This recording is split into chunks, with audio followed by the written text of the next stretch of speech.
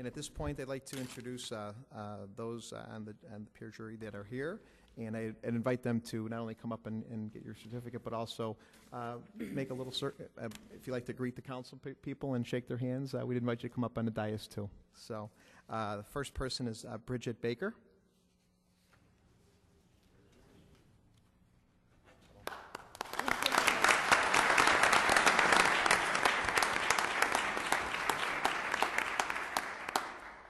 Peter Bennett.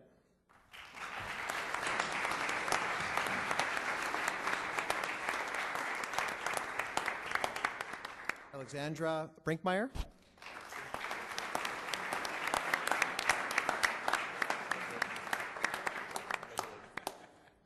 Matt Josephs.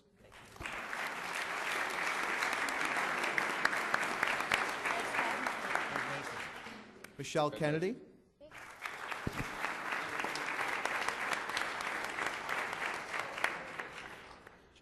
Kelly Klatt. Nice job. Rachel Lausch.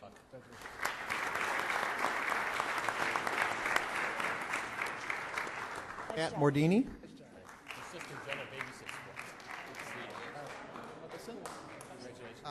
Evan Peterson.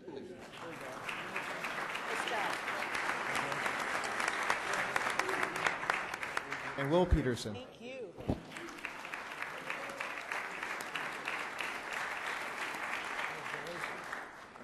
Thank you. Thank you, Chief, and thanks for all the students for participating and for doing a great job.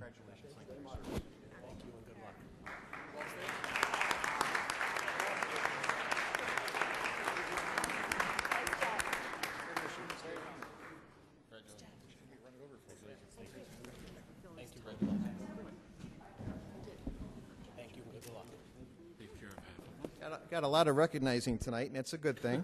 The next on the agenda is recognition of the York High School. We have two we have a state champ track team, and we have a third in state gymnastics team. And first I will introduce the coach, Coach Rettel, to come up with his athletes from the track team to recognize the great track team that ran this year and took state for, I believe, the fourth time in the history of York High School. Come on up, Coach. Please.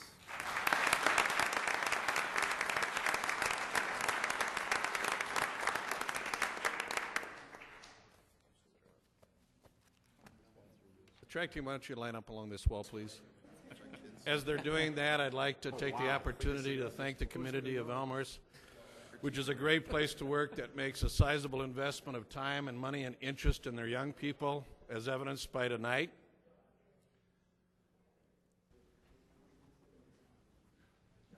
I was honored to represent this young group as a coach. Not only are they fine athletes, but they're really, really good people, good citizens.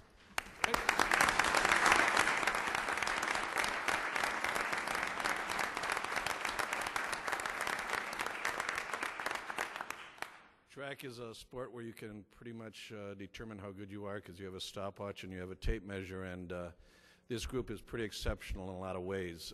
Some of these relay teams would have placed 7th in the Big Ten meet. Some of these relays, nobody in the state of California has one as fast as Elmhurst does.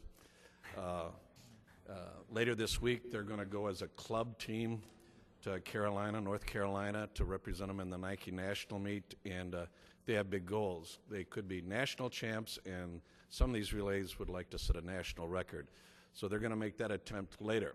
Not only that, really a good group of academic pursuing young people. I'd like to start off with Steve Sulkin, who won the 3,200 meter relay, 3,200 meter run, and was third in the 1,600 meter run. Steve Sulkin will run at the University of Minnesota next year.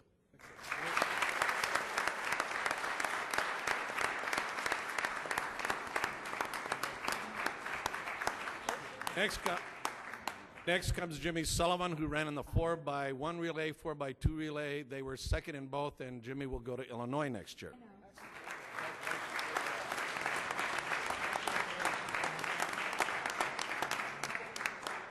We have over 200 athletes on the team, and managers play a big role for me, and I have two of the world's best. The first one is Dan Thies.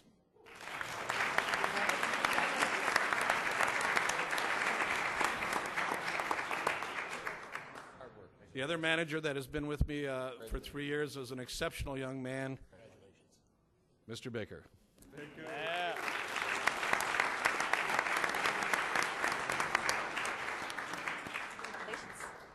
We have a lot of fine alternates that most years would have gotten to run on the varsity team, but this year the talent we had was pretty good. But we're looking forward to next year with such people as Carson Engel.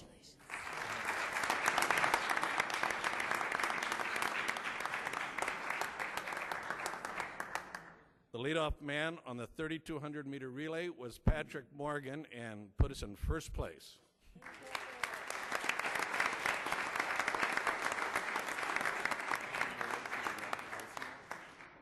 One of our more well-rounded athletes, triple jumper and long jumper and sprinter, going to Emory University, Matt Hilgendorf.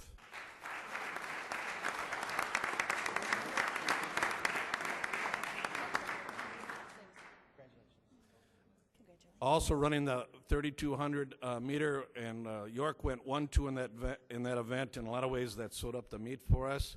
This young man will be representing York at the University of Illinois next year, Jordan Ebert.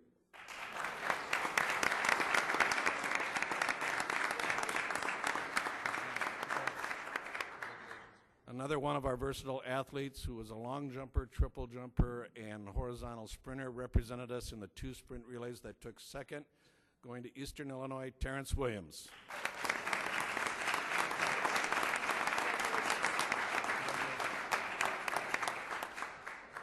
One of our 3 underclassmen that ran on the 3,200 meter relay will be back with us next year, Andrew Smith.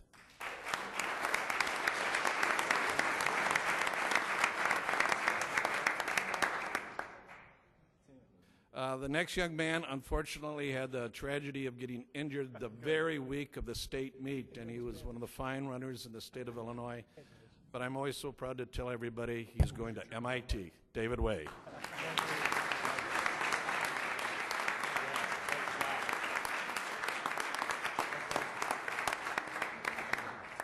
Things didn't go easily for us this year, even though we won the state title. The next young man was the highest returning sprinter in the state of Illinois last year, was hurt a lot. We got him back for part of the meet. He will also be representing York at the University of Illinois next year, John Fox.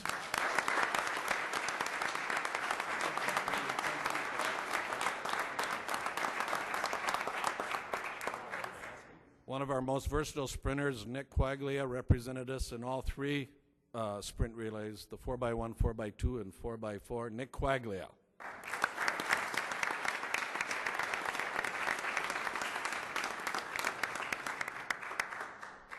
You are limited in the state meet to 4 events. This next young man earned 4 medals in 4 events in the state meet. We ran him ragged. Kahara Williams.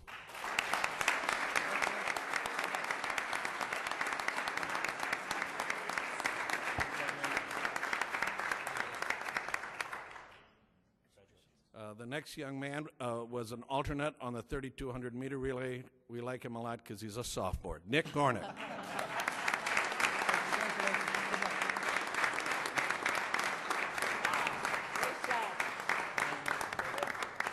Another young man with a bright future, a junior, Kushpal Sangha, runs the 3,200 meter relay.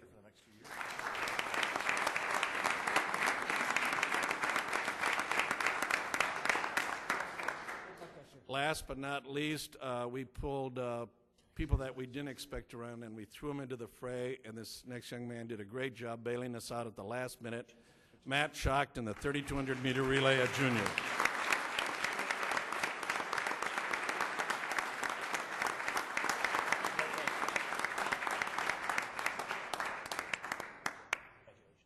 Sometimes it's good to be good, and sometimes it's better to be lucky, and we had a little bit of both, but it's always very proud. Our fans were tremendous downstate, and it's been a great honor to represent this community, this high school, and this group of young men. Thank you.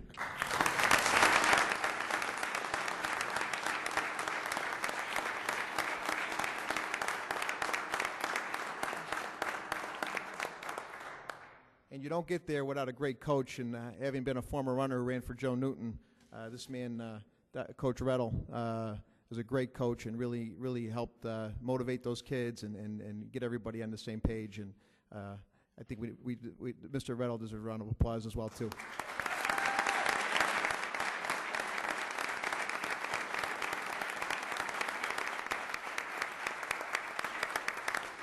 Right.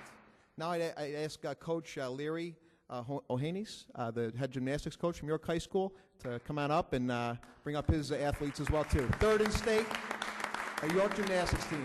Coach Ohanes.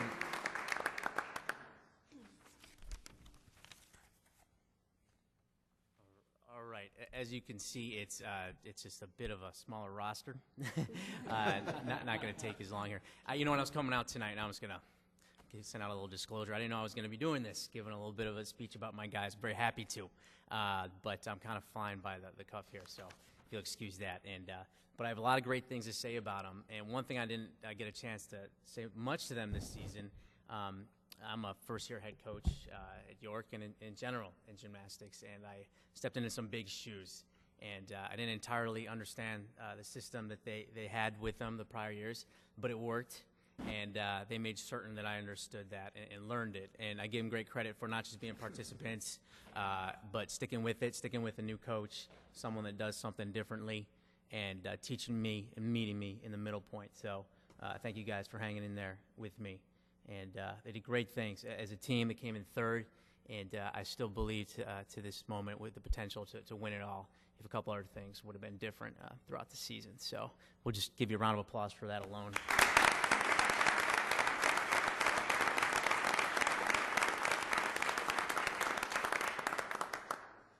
All right, well, I'd like to recognize each one of our members here. First, we have John Ackerman. John is a returning gymnast. I want to say it's his third year. We're coming back one more year. And the nice thing about John, and only a couple guys on the team I want to say is, and of course I'm biased, but gymnastics I think is the hardest sport to do. No offense, guys, but I really don't see it. It's a tough sport to come in a high school environment and just pick it up in the season and get the most out of it over 4 years. Myself and a lot of guys on the team, we had club experience and were in it shortly after being able to walk. So it was impressive for John to come in there and just hang out with the big boys and just work hard and make some good progress. And we're looking forward to John coming back next year. That's great.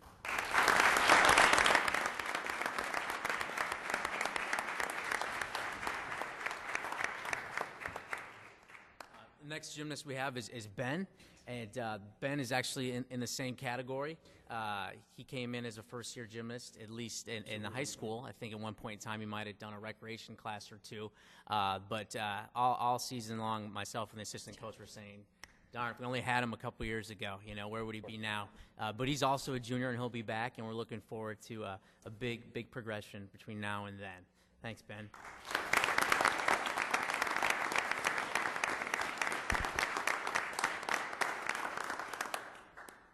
Next gymnast we have is Caleb Straight.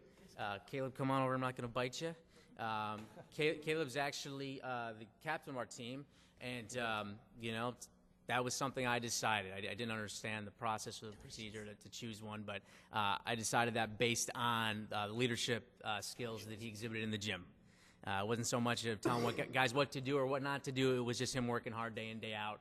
And as a lot of people know that have participated in sports, that's contagious. So I thank you for that. Caleb had a great year. Caleb is a guy that had some background in gymnastics before high school. So I could appreciate that. I had similar background.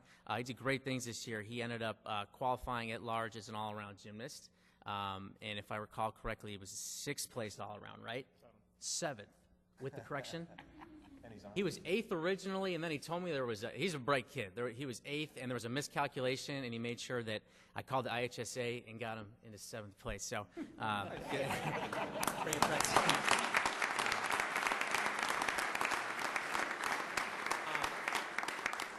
Caleb, in addition to all-around, all 6 events at large, he qualified on 4 events in the individual finals and managed to come in 2nd place on the parallel bars. So great job, and we're looking for a nice progression for Caleb in his senior year as well. Thanks, Caleb.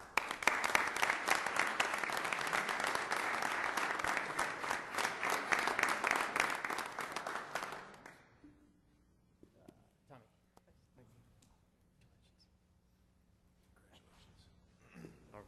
This is Tom Parpan. Tom, another one of those guys that just came in and thought it was a cool sport to do.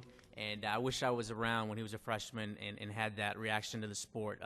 But he's a senior now, and Tom managed to do, I think, up to 4 events prior to me coming on board. But injuries and a couple other things got in the way. But he focused on pommel horse, and every meet we had, he was the starting guy in pommel horse for us, which is the toughest event to compete on, I think, and the toughest event, therefore, to start on. So he gave us a solid start. We appreciated his team focus and orientation.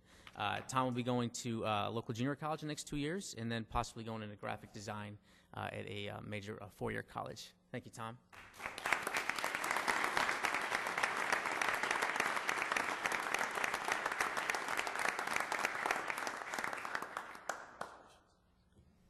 This is Tim, and I hope I got it right now, Drahokapul. Tim Drahokapul. Is that right? Okay, correct. Took me a while.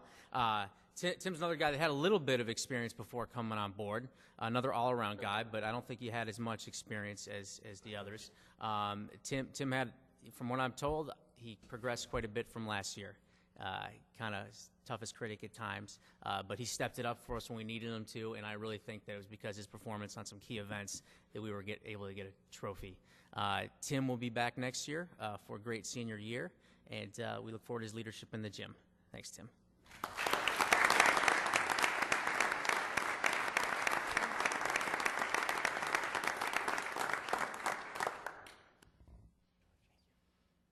This is Nick Creel, who was just informed is a step or 2 removed from the mayor here, a second cousin or so.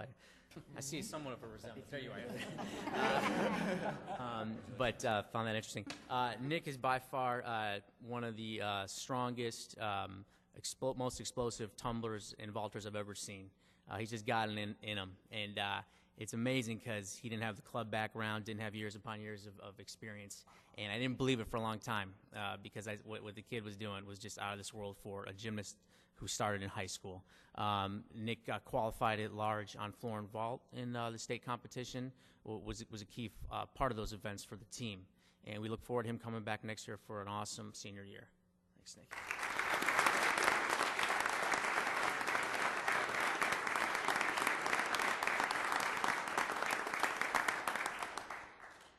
And last but not least, our most valuable player, Kyle Carmona. Come on over, Kyle.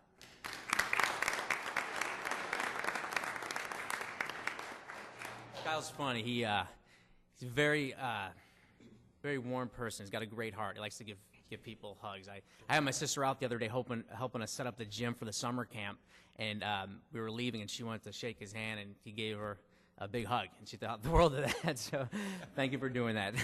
But Kyle had a great year, and I think he could have even done better. But he just overcame some obstacles that would have been difficult for any teenager, and he stayed positive, and he did some great things. He was an anchor for the team. Without his all-around score, we wouldn't have gotten a trophy. He was a prospect for first place from this first meet of this season to the last in terms of the all-around. He managed to come 3rd in the all-around, which is huge, and then he qualified for 5 individual events, winning the most difficult, once again, pommel horse, first place on pommel horse.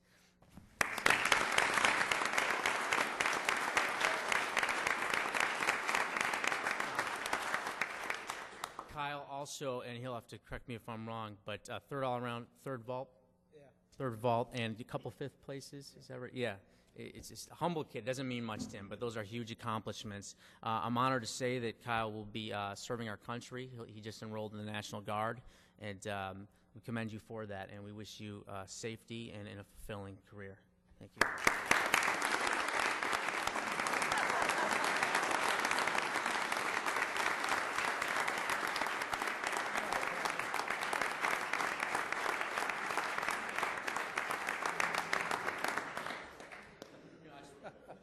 That's okay. I'm sorry. I just want to say one thing, and this is more personal than anything. I'm really excited to be a somewhat new teacher my 3rd year. I'm excited to be a teacher in the district next year. I've taught in Chicago Public Schools the past 3 years, which has been a wonderful experience. But I really have to give a lot of accolades to Rob and the athletic department there. I coach sports in Chicago Public Schools, and there's not much support So when I came out here, I was trying to do everything, and they kept telling me, "Oh, we do that, and it was awesome because it allows you to focus on coaching. So thanks, Rob, and the rest of your staff.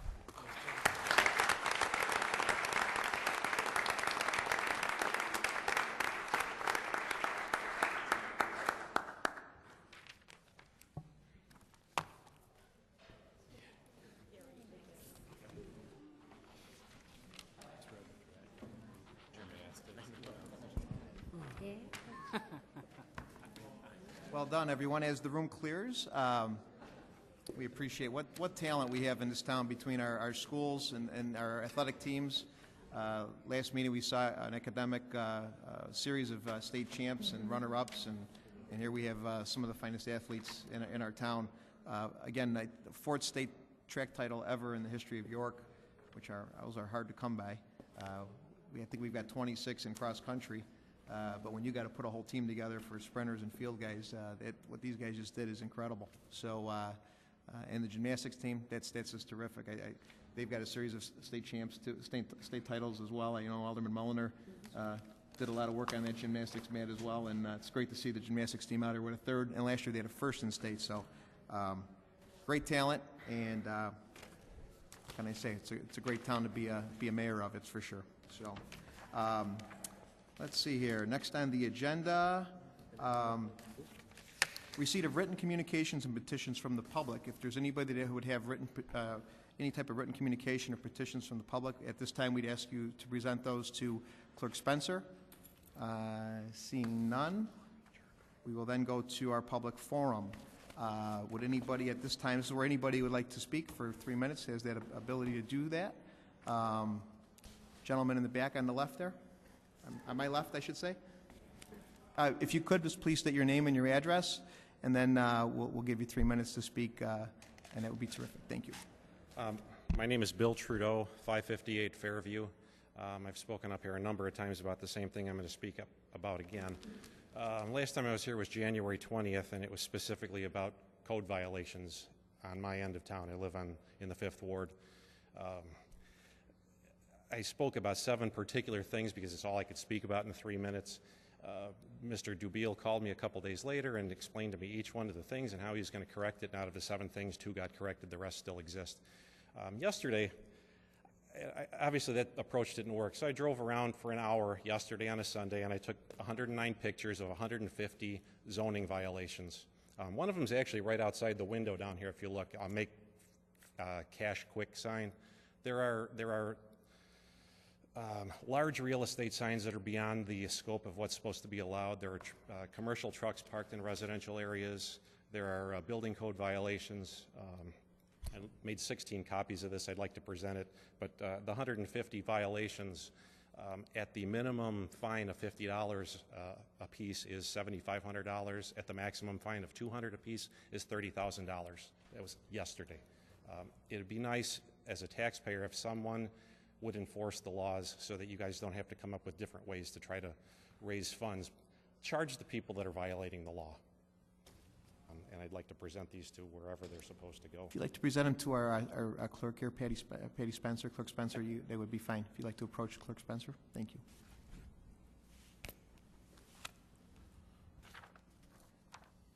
Thank you. Thank you, Mr. Trudeau. Is there anybody else that would like to, Mr. Gentleman in the back there?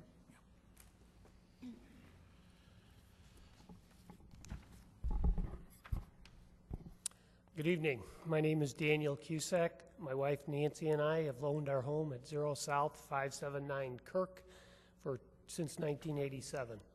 I'm here to speak to you tonight about the effects of the Elmhurst Memorial Hospital development in our neighborhood. Inasmuch as no one from the Yorkfield neighborhood has addressed this council in some time, it would be natural for you to assume that the project is proceeding in a manner satisfactory to the neighborhood. I am here to tell you that that is not the case. We have reluctantly accepted that for several years we are to be subjected to the inconveniences of a major construction operation. Loud noises 6 and 7 days a week, dust everywhere, increased traffic and new traffic patterns, torn up lawns and driveways, the loss of the use of our yards, etc. However, when the Elmhurst Memorial Hospital Energy Center, the building that EMH officials described to the neighborhood and to this council as a two-story inconsequential building, is finally revealed to be a massive 45-foot tall structure with air conditioning chillers on the roof, located in close proximity to homes, throwing off an as yet to be revealed number of decibels of noise 24/7, and when the expected traffic volume on Harvard Street increases from the EMH original estimate of 25 vehicles to 500 vehicles per day, something needs to be said. I am here to remind you that your actions enabled this situation. When the neighbors of the Elmhurst Memorial Hospital development bought their properties, Yorkfield was a quiet neighborhood with a rural atmosphere. We intentionally did not purchase property next to an airport, a commercial industrial area, or even a hospital. Then EMH, with your quick and complete approval, entered our neighborhood. As many Yorkfield residents have publicly stated many times, we all favor a new hospital for Elmhurst, but it is simply not right, legally or morally, for EMH, with your approval, to destroy our way of life, our quiet enjoyment of our property, and our property values. I still have small hope that everything will be resolved to the neighbor's satisfaction in the end, but I believe it will require some intervention by Elmhurst elected leaders to achieve an equitable and fair result. Thank you. Thank you, sir. Ms. Heslop.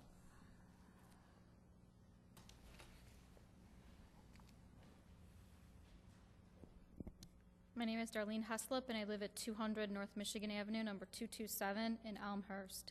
I received in the U.S. mail this Saturday an invitation. On the front of this invitation was the City of Elmhurst official logo. My understanding of the statute with regards to this logo has always been that it was to be utilized for officially sanctioned government purposes only, and any other use was strictly prohibited, except by authority of the city, specifically the City Council. Upon further investigation, I discovered that the event was being thrown by a private entity and not the City of Elmhurst. The purpose of the event was a fundraiser for a former candidate who was now an elected official. With the use of the official logo, it gave the appearance that this event and the elected official were being endorsed by the City of Elmhurst. I also noticed return address. By law, per the U.S. Postal Code, for anything sent by mail with a return address, it is assumed that the sender is fully aware and solely responsible for its contents. I hope that you find it disturbing, just as I did, that the private entity involved was called, quote, the Friends of Peter DiCiani, end quote, and that the return address was none other than the residence of our new mayor. This use was a blatant violation of our ordinances and policies here in Elmhurst. It is up to the City Council to determine acceptable uses of the logo, and the use on an invitation to a political fundraiser I do not believe is one of them. I've never witnessed such an application, as there would have had to have been a precedent set by the City Council. I've never seen a request for use of the logo by the private entity known as, quote, the Friends of Peter DiCiani, end quote. I do not understand the audacity of the mayor of our town abusing the use of the logo for personal gain, as the fundraiser was to be held for, quote, the victory celebration, end quote, for Peter Pete DiCiani, mayor of Elmhurst. I ask, what can I expect of the City Council for this clear violation of the statute? Alderman, what are you going to do about this very obvious, deliberate use of city property being utilized for personal gain? I believe that the event should be canceled and sanctions brought to the responsible party, which in this case is the mayor. This type of misuse of property, which belongs to the citizens of this community, should not be tolerated, especially with the hand-picked legal counsel available to the mayor at his disposal. We hold our elected officials to a higher standard, and for the mayor to make the assumption that the use of the official city logo for his own purpose and an invitation for a post-campaign fundraiser was permissible shows a lack of sound judgment and experience. He clearly stepped outside the boundaries. The excuse, quote, I didn't know and I won't do it again, end quote, is unacceptable. I ask for a thorough review of this infraction. Thank you very much. Thank you, Ms. Heslop. And on to the next item, which is the consent agenda. And I'm going to defer to our city attorney, Storino. We're going to have a little bit more of a less formal way to approve the consent agenda, and City Attorney Storino, would you Sure. explain how that we're going to... Yes, if any of the aldermen wished any item on the consent agenda to be pulled, and by that I mean either ask a question, vote no, I think you would do so now and identify those items. Otherwise, we could pass the consent agenda by a roll call vote. I don't know if that's been exactly your past practice. I think last time we were here, we were motioning, but I think it's simple to say, if anybody, wishes to discuss an item, wishes to vote no on an item, it would be appropriate to pull that item now. So at this point, I would ask if anybody has anything that they would like to discuss or pull from the consent agenda before we go ahead and vote on that. Anybody would like to pull Alderman Nybo? Yes, thank you, Mr. Mayor. Item F. Item F. Alderman Pezza? Item B, Item D is in David? B like baby. B is in boy. B is in baby. Boy, Okay. baby. Alderman Shea. N. Item N. M? N. N is in Nancy, correct? Okay. Anybody else? No, I have a point of order, I suppose. Alderman Rose? Yeah, I just am curious how this is different from past practice. Maybe it's not. I haven't been here long enough to know, Alderman, for sure. Yeah. But Okay. last time we were here, It there doesn't- were a series of motions. It got a bit cumbersome for me because I couldn't follow. They were a lot more procedural in the past, and we can do it with less procedure and make it easy. So, Follow-up? Alderman Rose. I don't think this is substantially different at all, to be Okay. honest with you. Okay. We just wanted to make the council aware of it in case anybody's found it slightly out of the ordinary that they call the question on that. Alderman Morley? I'm just asking for a bit of clarification with regard to what we used to do, which was pull items off the agenda, then we would have to reapprove the agenda and then vote to accept the agenda. And that's what I think. That's what we're trying I hear to- you're trying to avoid. So my question is, in terms of making this different, we'll pull this off, and then instead of double voting, in essence, will we just accept what's left? That's correct. And then debate or discuss whatever's been pulled. That's correct, So in Alderman effect, Morley. we're losing One one motion. round of voting. That's correct. Whether it be, and will the new procedure in this case, can we accept everything that's left with a voice vote? No. Okay. Cannot. It has to be by roll All call. right, but we don't have to reapprove it? No. And then? And that's what I was trying to avoid. So we're doing one less round, is what I'm hearing? That's correct. Okay. And then you would move to these items Got it. subsequently and discuss them. Individually. We don't have to reapprove it. So I guess if there was no further questions or items to be removed, a motion and a second to approve the consent agenda, less items B, F, and N, would be appropriate. Alderman Hipskin, Alderman Wagner. And I ask clerk to call the roll, please. Hipskin. Aye. Bram. Oh, Wagner. Was it Bram? Wagner. Oh, couldn't hear. Okay. Okay, Wagner. Aye. Bidenkopf. Aye. Pezza. Aye. Shea. Aye. Leader. Aye. Rose. Aye. Bram. Aye. York. Aye. Nybo. Aye. Healy. Aye.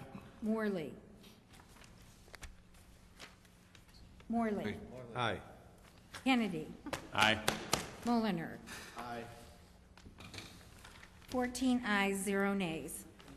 14 ayes, 0 nays. The motion is carried, and the consent agenda is approved minus items B, F, and N. Now we'll go to item B. I'll need a motion and a second on item B, which is the minutes of the executive session. It actually asks the clerk to state that item B. Pardon? Excuse me, it's the minutes. Minutes for our last, minutes for the last executive session. Was there a point, if there was a point of clarification, I would recommend that we do them in executive session at Okay. our next regular executive session. So for these minutes, then I would just think the council might want to hold them to our next executive session. Correct. Okay. Very good. We'll do that. No need to vote on that, correct? No. Okay. Then we'll go to item F, which is the appointment of, to the Board of Fire and Police Commissioners, Philip D. Jordan and Alderman Nybo. Yes, thank you, Mr. Mayor. I didn't have a question. I just wanted to make a quick statement about this and compliment you on your selection of former Alderman Jordan to the Fire and Police Commission. Alderman Jordan has a long and distinguished record to our city, and I just wanted to call special attention to it to our colleagues here. Coincidentally, Alderman Jordan was sitting right here several years ago when I was appointed to the Fire and Police Commission seat that he will now be taking. So I'm delighted to see that he's coming back to serve our city. The Fire and Police Commission serves a very important objective for our city in hiring and promoting our firefighters and our police officers. And I'm thrilled to see Phil joining us in that effort. Thank you, Alderman Nybo. Very nice comments. Anybody else? Alderman Leader. I would like to second that in a sense. I don't mean it, but I'm saying that I had the privilege of serving with Phil Jordan for 2 years, and I know he served 16 years here, and he was clearly one of the finest aldermen who have ever served up here. I sat next to him always in executive sessions, and we were actually raised in the same part of Chicago. I'm a little older than Phil, but and I'm delighted to see him appointed, and I'm delighted to see him back in service of our city. Thank you. Alderman Hipskin. I'd like to make a motion to accept the appointment as recommended. Second by Alderman Mulliner. I would ask Clerk Spencer to read the recommendation and then call the roll. Do I need to read that? Okay. With your advice and consent, I will appoint Mr. Philip D. Jordan to the Board of Fire and Police Commissioners to fill the unexpired term of Thomas M. Cathcart, who resigned from the commission. The term will expire on May 1st, 2011. Respectfully yours, Peter P. DeCiani, III, Mayor. Okay. Hipskin. Aye. Mulliner. Aye. Gutenkopf. Aye. Pezza. Aye.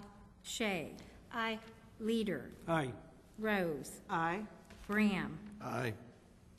York. Aye. Nybo. Aye. Healy. Aye.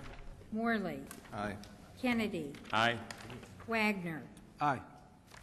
14 ayes, 0 nays. 14 ayes, 0 nays. The motion does pass unanimously, appointing Phil Jordan to the Police and Fire Commission.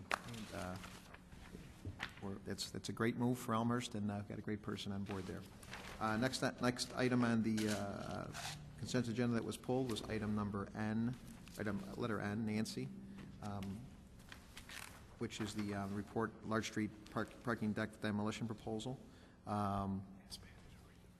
I'd ask Clerk Spencer to read the recommendation, please.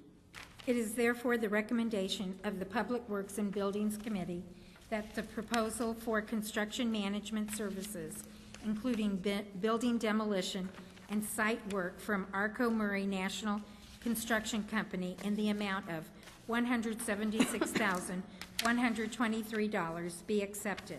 Respectfully submitted, Public Works and Buildings Committee, signed by Jim Kennedy, Chairman, Pat Shea, and Chris Healy, unsigned by Michael Bram, Vice Chairman.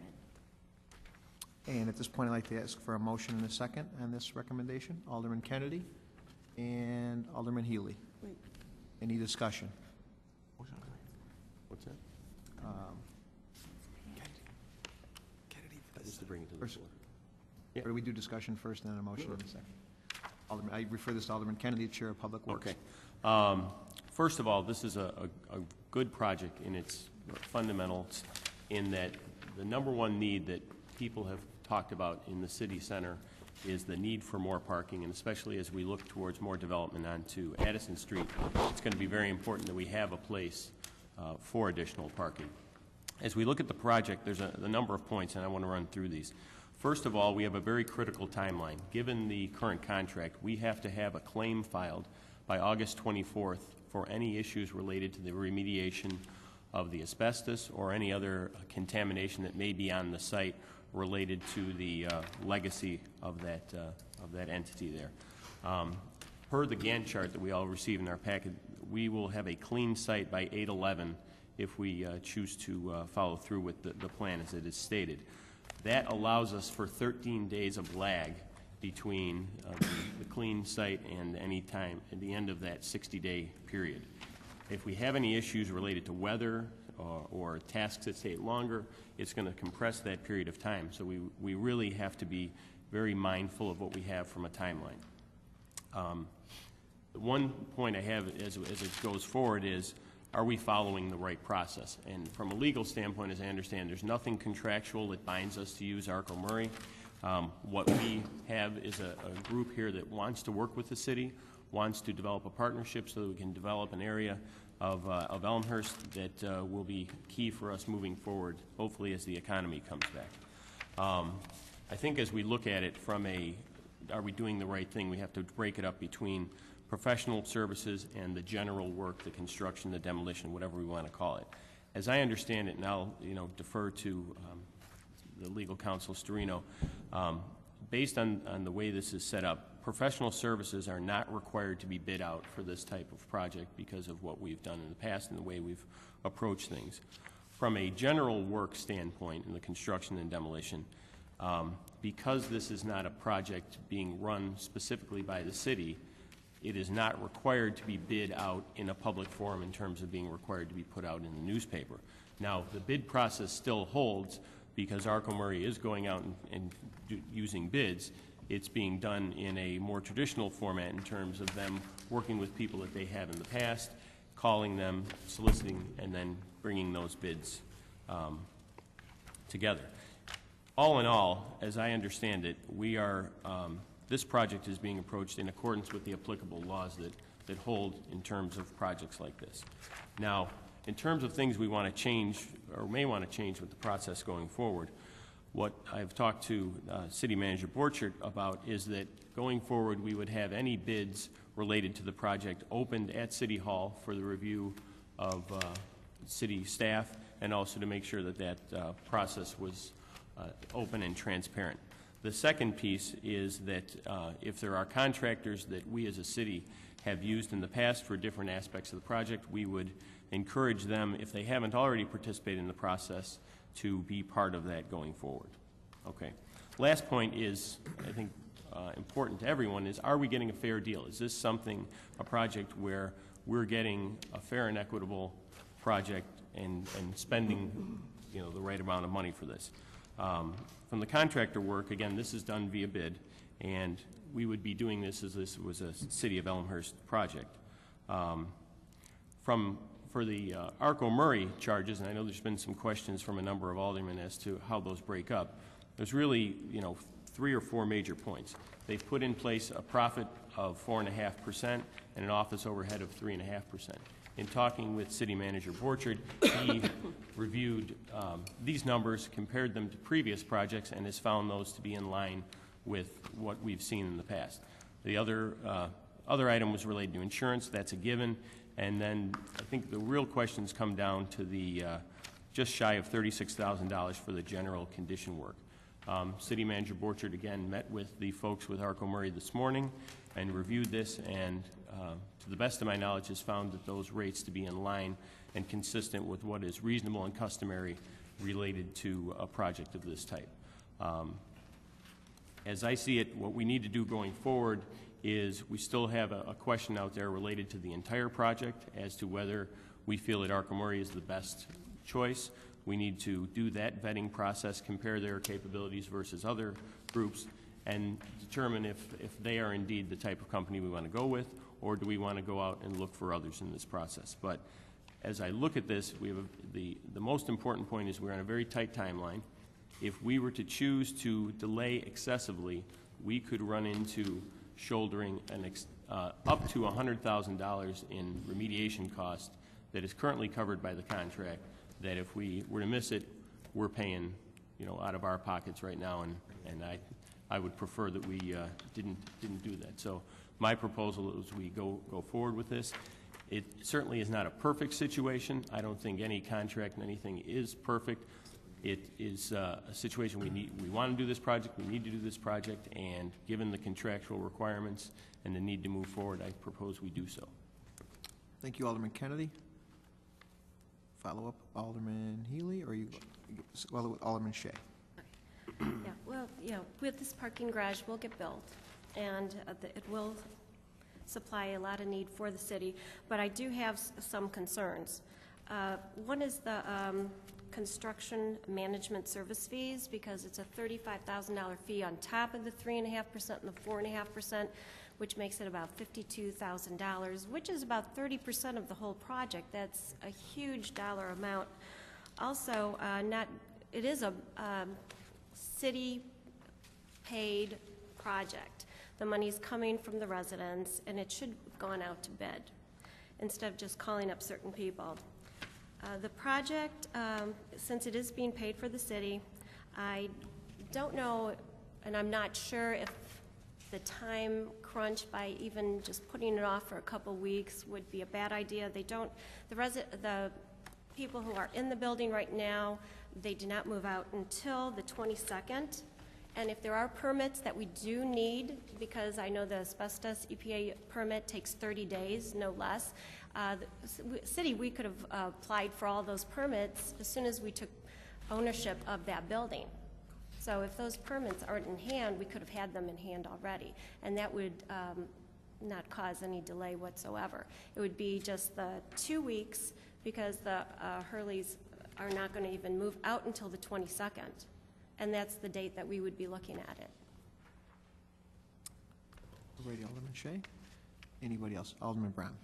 Yes, thank you, Mr. Mayor. I wanted to speak to it because initially I actually I signed this report, and then I requested that my signature be removed.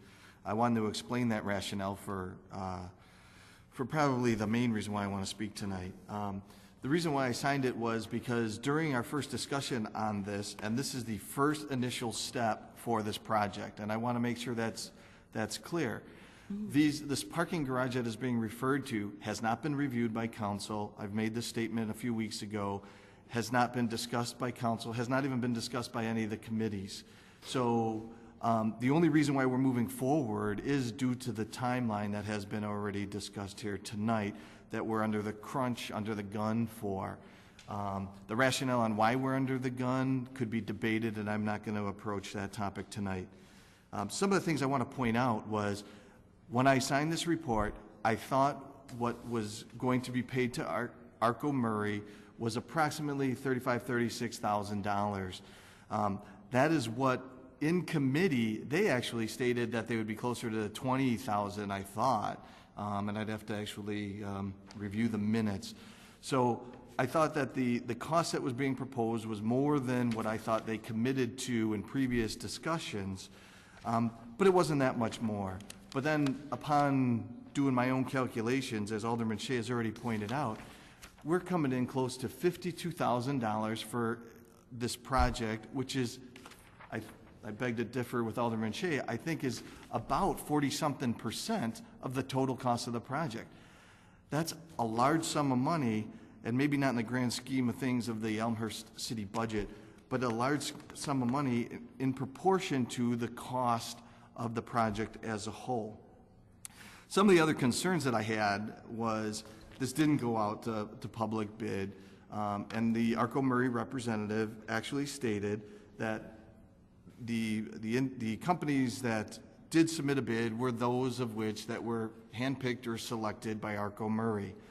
I rather see us to go out to bid on most things, and I really a proponent for that due to the fact that we would have a better chance of getting the best overall price for the residents of Elmhurst.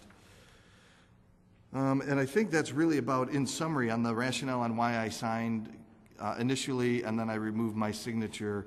It's really, the primary thing is there was a few things that put me on the fence in regards to not going out for bid, handpicking the contractors that did bid on the project, but I was willing to move forward due to the timeline. But when I reevaluated and saw the cost almost double what I initially thought it would be, that is what caused me reservation and concern. Thank you. Thank you, Alderman Brown. Alderman Pezza. Yes, thank you. I mean, I think we all understand that this item relates to the primary phase of the building of a parking deck, which will be constructed at First and Larch Street. I've been told that the total cost of this project could be upwards of about $9 million, all funded by the taxpayers with tax dollars.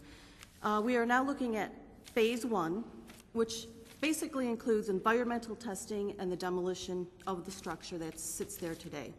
Obviously, this costs money.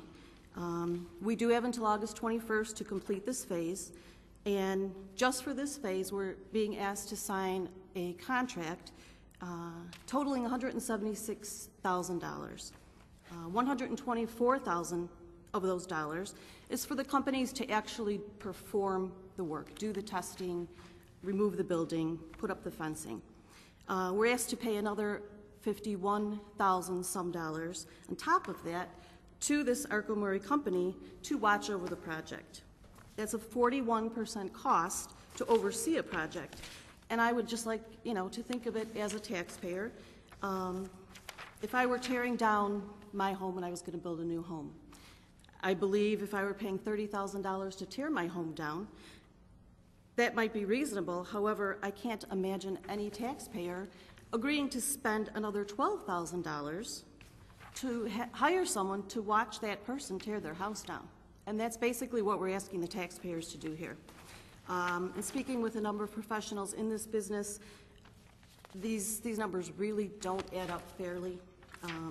When I look at the committee report, I think there's some issues here. I found 3 issues with the committee report alone. It states clearly, it says DevCom has subsequently agreed to sell this property to the city. Well, I find that very misleading because in actuality, the city of Elmhurst owns that property. We closed on it March 23rd. We paid $1,850,000 for it with absolutely no continuing legal obligation to anyone to build anything on that site. That's what I believe the contract said after having reviewed it several times, and I believe we confirmed that with our city attorney. The second point was there's a very strong insinuation stated in that committee report, which I don't agree with, and it basically says the city will be entering into the entire multi-million-dollar construction agreement with DevCom. That has not yet been established by this council nor anyone else legally that I've been made aware of and confirmed with our city attorney. The third portion is the report goes on to say that Arco Murray will provide a construction management agreement for $35,885 plus overhead and profit, which actually totals $51,379. The fact is the city would be signing a $176,000 general construction contract with Arco Murray. And I believe what that means is the city will be cutting a check to Arco Murray for $176,000, and then they pay the subcontractors. That's how I believe that would work. I would like to know if our city ordinance requires any construction contract over $30,000 to be put out for bid, which we are not doing here. It was also agreed to in the committee that Arco could proceed if the cost was under $30,000. I specifically recall that conversation, and obviously this is not under that mark. I would just like to remind everyone that there is absolutely no binding or legal document that states anyone in particular shall be awarded this project, and I believe our city attorney did confirm that for us. I want these 3 items corrected. I think it's very important that such misleading comments were put forth in this committee report. And if need be, I think I'd like to make a motion to amend that if that's what I would have to do. And just, correcting this report alone really doesn't solve the problem here. I think we're being asked to pay 41% of the cost of a job to do work without truly knowing that this is a fair cost to the taxpayer. How do we know? Well, people could tell us it is, people could tell us it isn't. But I believe that's why there are laws that say you have to have bids with tax dollars, because here we are tonight, and I didn't want to have to discuss this at this meeting. I thought this could have been discussed and vetted out at a committee meeting where it should be, but how do you justify this? And if we look at the taxpayer and say, we aren't going to fix your sidewalk, but by the way, I am going to pay someone 41% to oversee a project, I don't think that's what any of us consider smart development. I know I'd like to boast that we're a council that is pro-smart development, but I don't know how smart it is to pay 41% to someone to oversee a project. And if you did go out to bid, then obviously you would have something to compare it to, and you would know, in fact, how that price or how that percentage was weighing out, and we don't know that. I think since, there was a rush to get this contract signed, I understand we have a 60-day time frame. I'm not sure why some of these tests weren't performed before we spent 1.8 million tax dollars. People buy a $200,000 home and they take the time and the due diligence to do a home inspection prior to closing on that home. I guess that's water under the bridge, and we're going to have to deal with that going forward. But the bottom line is, I believe that the people of Elmhurst, which I heard quite often, is please do a better job protecting my tax dollars. And that's what I said I would do, and that's what I promised to do, and that's what I would like to do here. So I think we could do two things. We could do what I believe we're all elected to do, and make sure we get the best deal, and make sure we do this right. Or I guess this, what I consider a highly questionable agreement, can get voted in, and we can go forward. So either way, I believe it will go forward, but I'd like to go forward with the absolute best possible project. So that's how I feel. Thank you. Thank you, Alderman Pezza. City Manager Borchert, and then I'm going to go to Pat Wagner. Alderman Wagner. Thank you, Mr. Mayor. I think with this, as is many other items involving public service, there is perspective and occasionally constructive tension relative to how that perspective goes forward. I do agree that there was some wordsmithing. Perhaps there is not an intention, a commitment, an obligation to work with DevCom going forward. The sentence that says the committee did not want to wait until a final agreement had been reached with DevCom or another general construction management firm could have, arguably should have been put in there. But I agree that city staff is, as reported to the Public Works Committee, working on a process of further evaluating DevCom's ability to complete parking deck design and construction management services. There's a commitment that that evaluation would be presented, if not at the next committee meeting, the committee meeting thereafter, to allow for all of that review and vetting by first the committee and then with the committee's recommendation onto the city council. It was discussed in length at that past committee meeting, however, that as a result of what Chairman Kennedy related relative to the timing issue, there was a need to go forward with some initial work. That is the proposal that you see before you and which is recommended by the staff and by the majority of the committee to go forward. That is a professional service using Arco Murray for construction services. The contract with the seller of the property and the terms of the seller of the property did not allow any site investigation by anybody as a party of that contract. So there was no ability to look on the property, under the property, in the building, or in the dirt as to any environmental issues. In that regard, there was a negotiation of the $100,000 set aside for environmental remediation should and if it's identified that's necessary, but again, with a very strict term from the seller that that investigation be concluded and analyzed within 60 days of possession of the property. Those are the terms that were provided, and we needed to work with those terms. The past city council authorized the acquisition to go forward and authorized in the approval of the parking component of the city budget and in the sale of bonds that the city would be moving forward in that regard. This is the first little step in that regard. We haven't paid a nickel yet to Arco Murray for any of their work. This contract provides that they'll be provided a 4.5% profit, 3.5% office overhead. Those are very reasonable. City staff have confirmed that, and I have looked at that and believe that to be the case. The other item that is significant in the expense side are the actual hours of work proposed in the general conditions for due diligence and for site development for the project manager, project executive, and project engineer and field superintendent. I have been assured by Alco Murray that, like the bid items of the subcontractors, the city will only be paying those items of work performed. The units of work by the unit price of work performed, the city will pay for.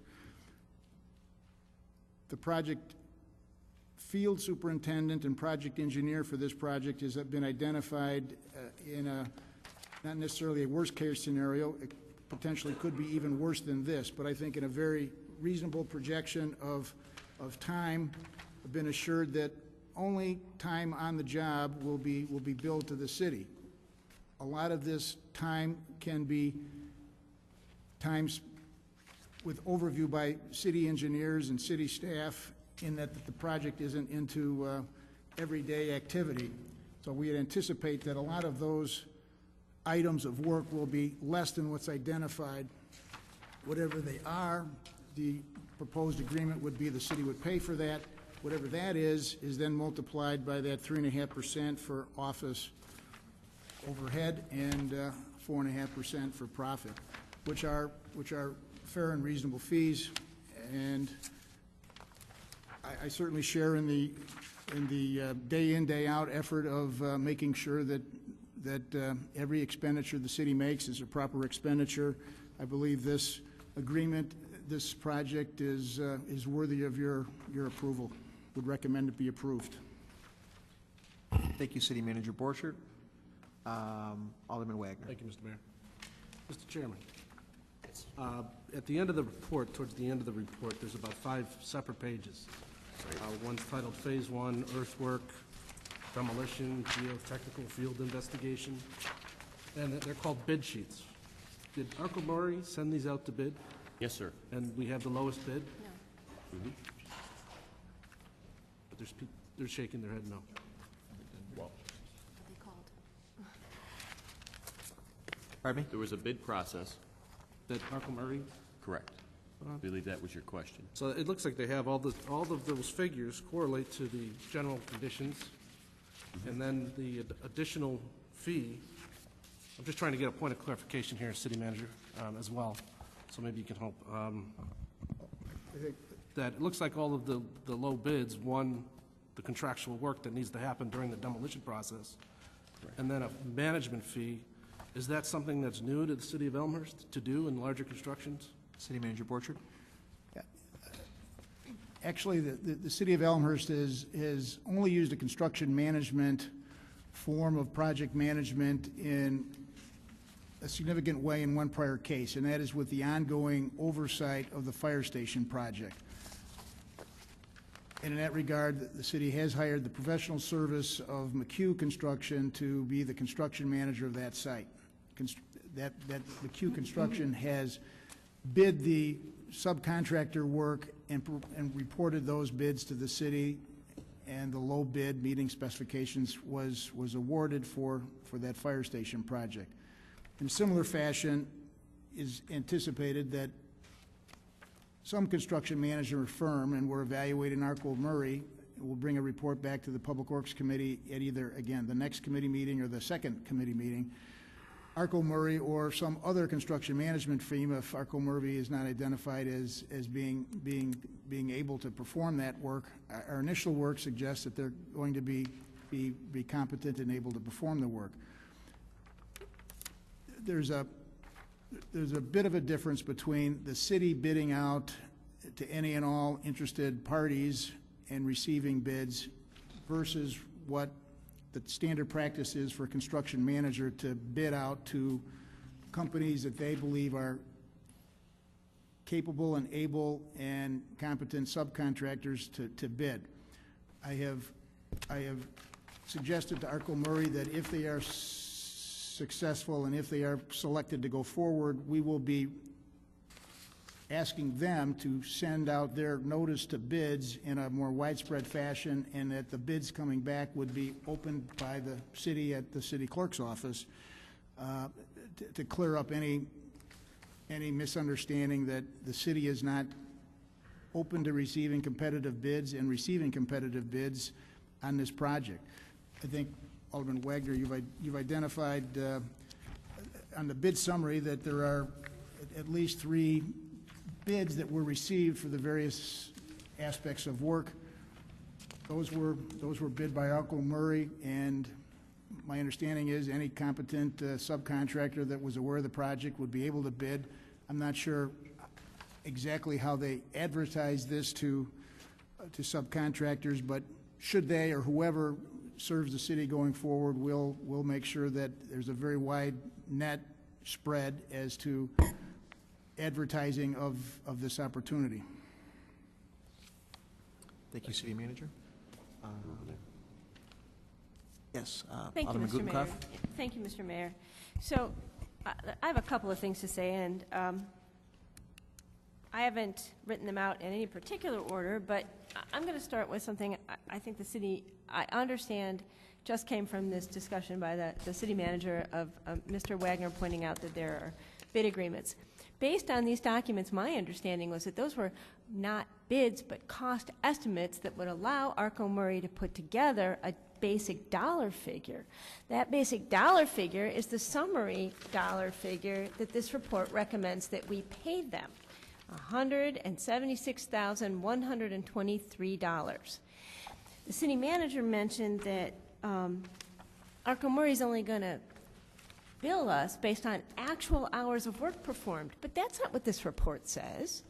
This report says that we're going to enter into a contract with this company for a flat dollar fee. The flat dollar fee is based on cost estimates that they've received from companies, which they have indicated clearly are companies that they think might be able to do this work, but it hasn't gone out to bid yet. That's what I just heard the city manager say.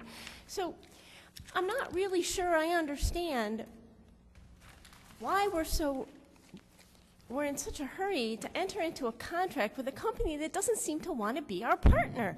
For gosh sakes, they want to charge us 41% of the overall cost based on the estimates that they've gotten to do this work.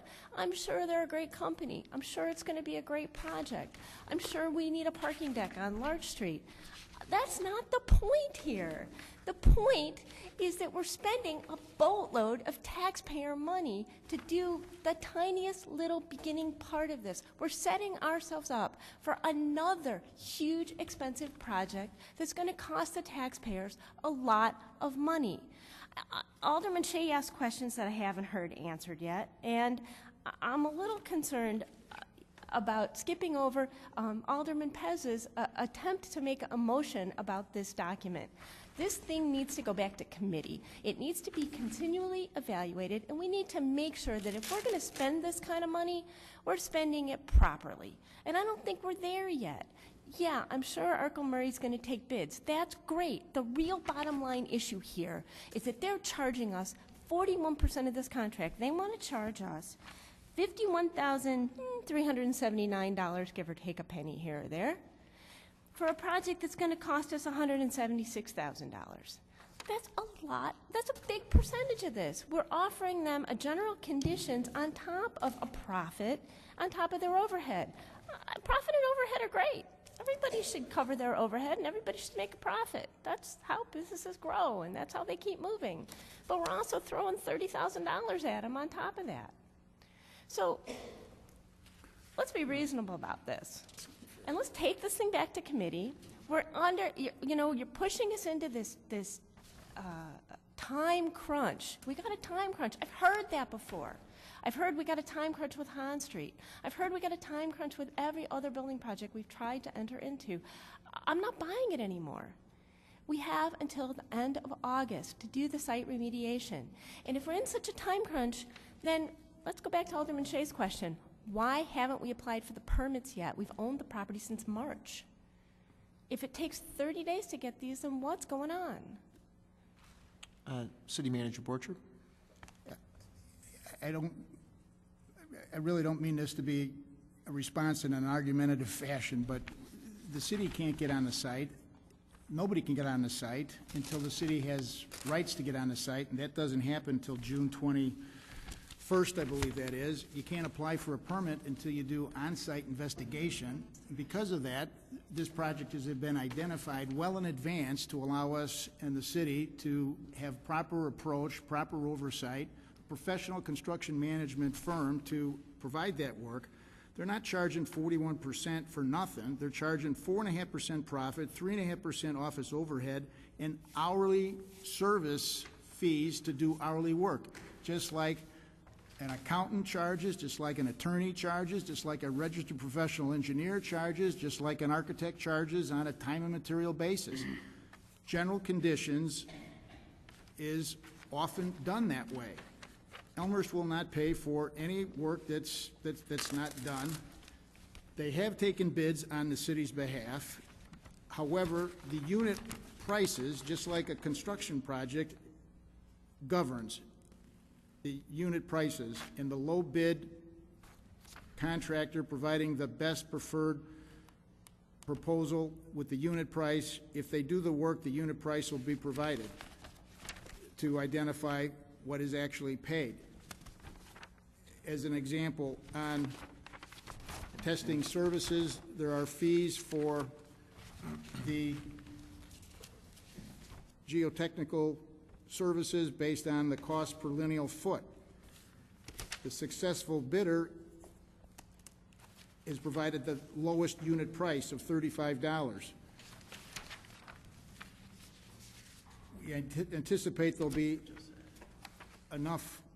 That might be the way to go. The unit price is the best price, and in that regard, that's the price that's been provided. Other responders to the bid provided a total cost and a method of approach to the work that were lower in total costs anticipated, but they anticipated that they would be able to do an adequate job without doing as much drilling.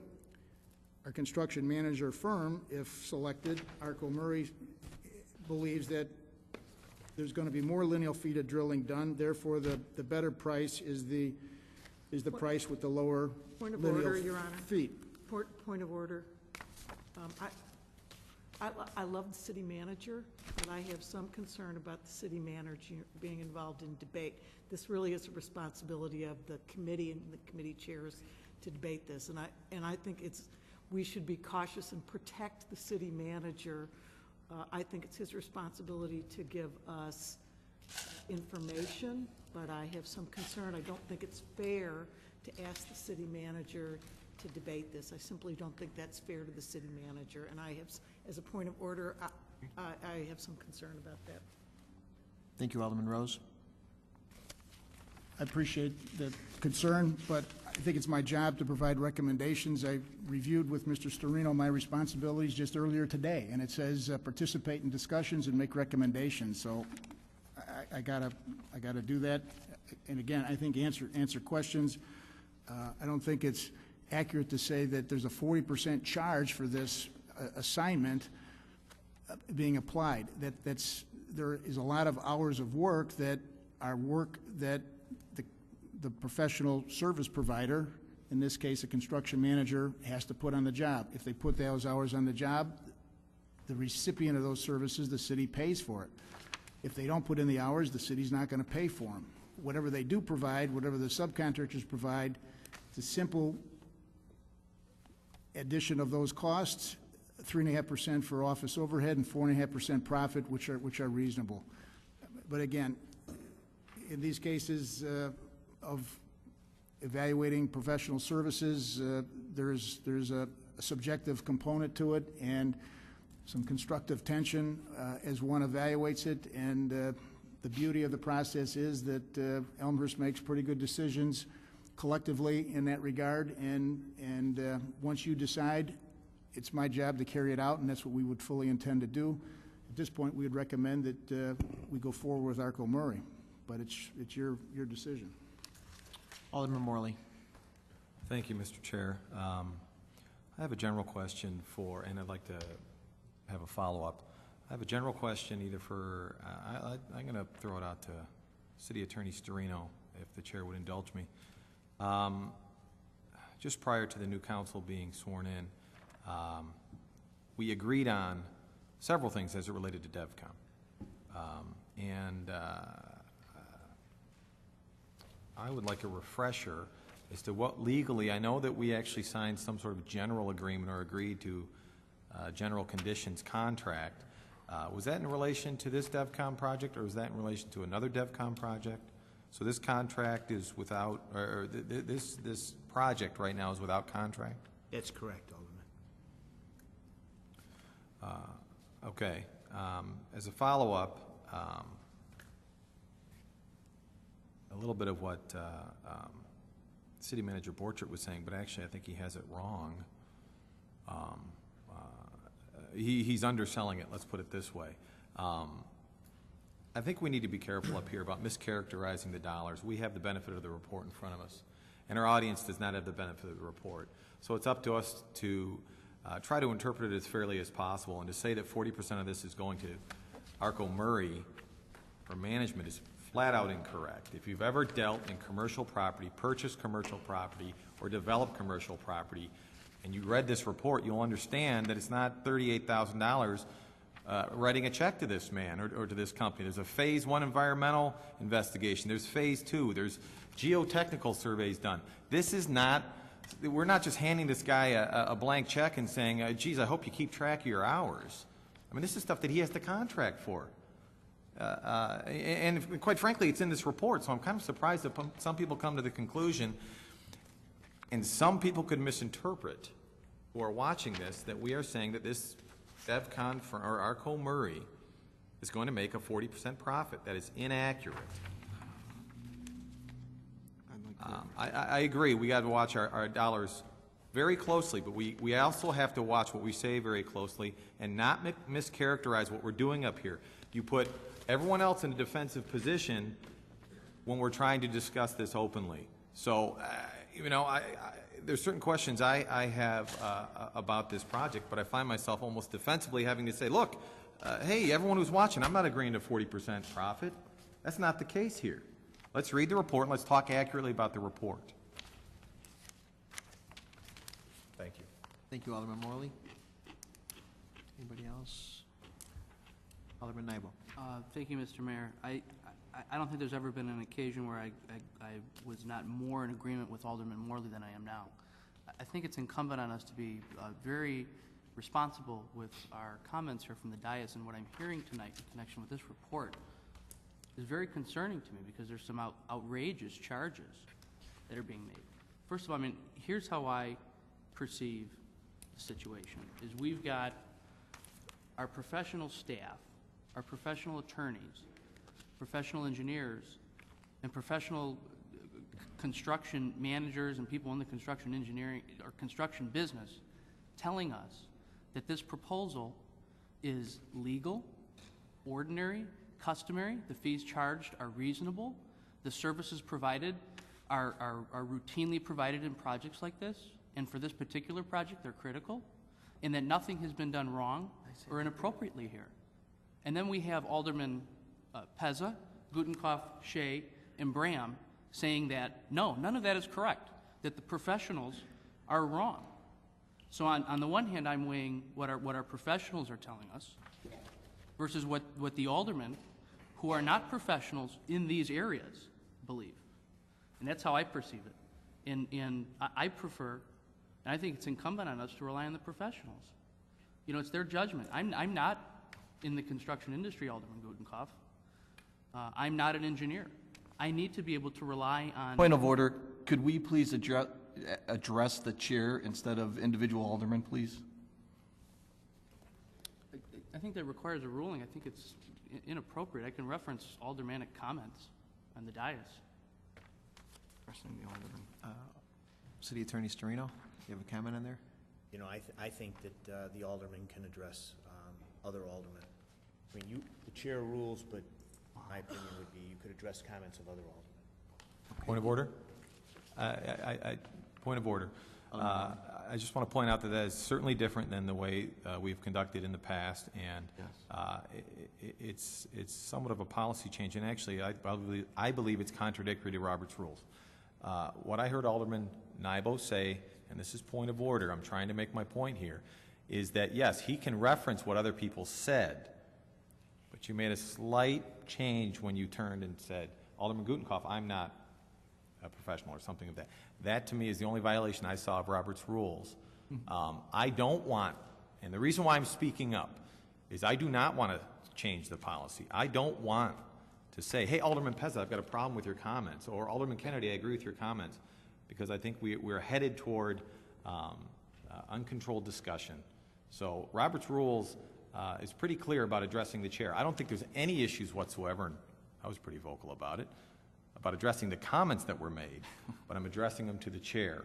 The rest of the committee's here, but I'm addressing them to the chair. So I can say, Alderman Pezza said this, and this is my feeling, Mr. Chair, but I wouldn't address someone directly. So I don't want, if we're trying to change that policy right now, I'll tell you right now I'm against it.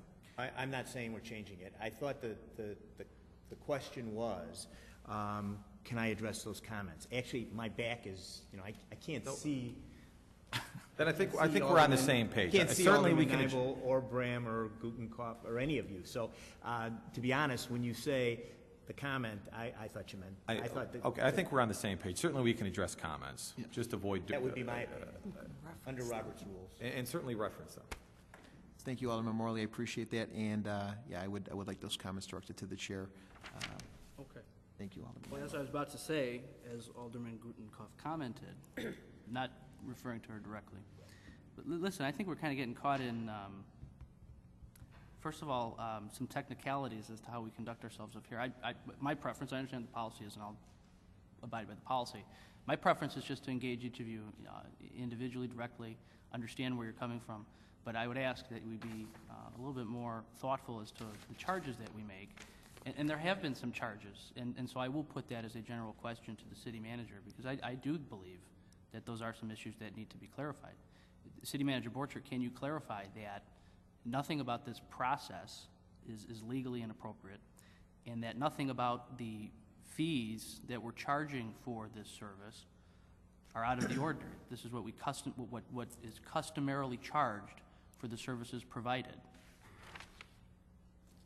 The two-part question. City Manager Borchert, please.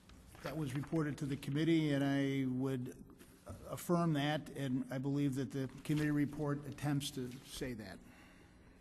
Yes. Alderman Healy.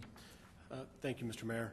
I've got a few comments, and I think one of the overriding issues, if you will, with this project is that the deal per se, and we don't have a contract with Arco Murray or Hiffman or DevCom, but the deal as it was structured as part of 4 phases, I believe, was done by a previous council. And I think the only reason we don't have a contract per se is there was a problem with the transference of the Hurley property, which gives us the opportunity as a new council to look at the proposed alliance, if you will, with NAI, Hiffman, DevCom, Arco Murray. So I think that's part of it. I think some of the, well, I'll speak for myself.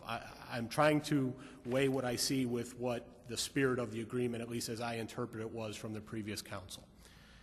With that said, I've listened to the comments, and this project just won't happen on its own without some oversight. And that's what Arco Murray is providing here.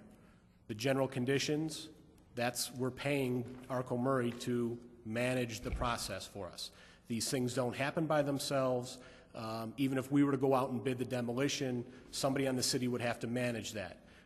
We've proposed entering into an agreement with Arco Murray to manage the process for us. The money that the Arco Murray will make per se, per the numbers that we have in front of us, is 4.5%. That's their profit. Now, if you have an issue, if some alderman has an issue with the general conditions or how much it costs the city to pay Arco Murray to manage the process for us, okay, I understand that. Personally, I don't. As far as the Public Works Committee goes, this is one of the first issues we tackled when we first met 4 weeks ago. It was myself, Chairman Kennedy, and Vice Chairman Bram. Alderman Shea had personal business, But at that first meeting, we got this first came in front of us, and none of us were real comfortable with the thought of just doing the entire deal, and that's what was put in front of the committee, the entire deal, handling the entire project. And at that point, the committee said, and we were all in agreement with this, let's not do the whole deal now. But understanding that there were certain timelines that had to be met because of the sale of the property, we all felt comfortable moving forward with due diligence and demolition. When it came up again 2 weeks ago, all four of us at that time were in agreement. Now, at least one member has since changed his mind, and that, we all change our minds, I understand that. But the bottom line is, if we do not present the Hurley property owners with facts that there are contamination issues, which we don't know yet and we won't know until we get on the property, we potentially put ourselves at risk of missing out on up to $100,000 of mitigation from the Hurley property owners or the former property owners. That's a concern I have, and for that I'm going to support it. I signed the report. I'm going to continue to stick with it, and then as City Manager Borchert has said a couple times, we are going to do our due diligence to make sure that moving forward with the construction and the design and all the other processes that go into it, that Arco Murray is the right player. But right now, I firmly believe that Arco Murray and the agreement that we have in front of us is the right thing to do. Thank you. Thank you, Alderman Healy. Alderman Hipskin. I have a two-part question for the chair. Let me, real fundamentally, we've heard a lot out here tonight, and there can be some confusing noise going on. So as I look at this, tell me if I'm correct here. We feel, give me a second we feel that the pricing on this is in line with the marketplace, number one. Number two, if we do not move forward quickly, we can lose out on up to $100,000 of remediation cost to this. And that is why we're under really a time frame crunch to do that. So all those are in line. We feel that the pricing is give or take. I mean, that's a subjective question, but is in line with the market, and the time frame and the risk of the time frame is up to $100,000. Correct? Chairman Kennedy. Yes, that is correct on both counts. In working with City Manager Borchert and with Public Works, we reviewed this. We looked at the 4.5% profit. That appeared to be in line. The overhead of 3.5%, again in line. The hourly charges that make up the general conditions, again, feel that those are in line. So from a financial standpoint, we feel like we're getting a fair deal. Related to the timing, you're exactly correct. If we go beyond the 60 days, then we have lost the opportunity to make a claim back to the original owners for up to $100,000. Okay. Thank you, Alderman. So part two of that. I never like making a decision quickly, but I think because of the $100,000 risk right here, I will support this, although I would like the committee to follow up and prove to myself or the council that this pricing is in line, and if it is not, I will say out loud, if we catch them speeding on this can be very detrimental to their future, as far as I'm concerned, for this company to work in town here. Thank you, Alderman. I don't think that's really a question like I said it would be, so it's more of a comment. Right. Thank you, Alderman. All right, I'm going back to Alderman, Chairman Kennedy. I would agree with you. We want to obviously make sure that we're spending money wisely going forward. Arco Murray is a company that's come to us and wanting to help us develop areas on Addison Street. So although we don't have a great amount of experience with them, I would think they would be complete fools if they were to try and, quote, pull a fast one on a smallest portion of the smallest project ultimately that will be done in this area. I believe they want to be a partner with the city of Elmhurst. We're looking for people to help build this area and partner with, and so I think at this point we give them the benefit of the doubt. We use the oversight that the city staff currently has, and we'll be working with Arco Murray. We'll be using some city resources to offset some of the project costs that are listed in here, and we'll move forward and make the best of this situation and make sure we're spending money wisely. Thank you. Alderman Pezza. Thank you, Mayor. First, I'd just like to make clear that as an alderman, I thought I had the right to basically read my material and do some research and play with numbers and do math, and I think my math is correct, and basically all I was trying to do was what I feel I was elected to do, and I want this project to be the absolute best, most right project it can be, and I basically thought I was just stating facts, and I was not accusing anyone of any wrongdoing. I don't know why anyone would think that, so please understand I was trying to do what I think I was elected to do. That being said, I was wondering if I could direct a question to the city manager. Is that okay? Sure. Can you tell me this work agreement for the 176-123? What is this? What would this document be called? What would we refer to this as? What kind of an agreement is it?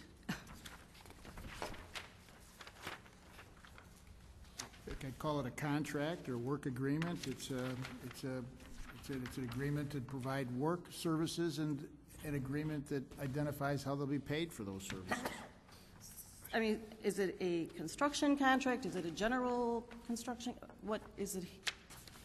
I know there are differences in what contracts are, and that makes a difference in how you pay the people and how things work. So I'd like to know what exactly this, maybe the city attorney could answer that. This work agreement that shows the 176-123. For my purposes, I don't find this to be a contract in the form in which it's here correct right now, because we have not spent any time with Arco Murray to negotiate the terms of this. Okay. We have, I think the council's going to make an expression tonight with respect to Arco Murray and utilizing their services.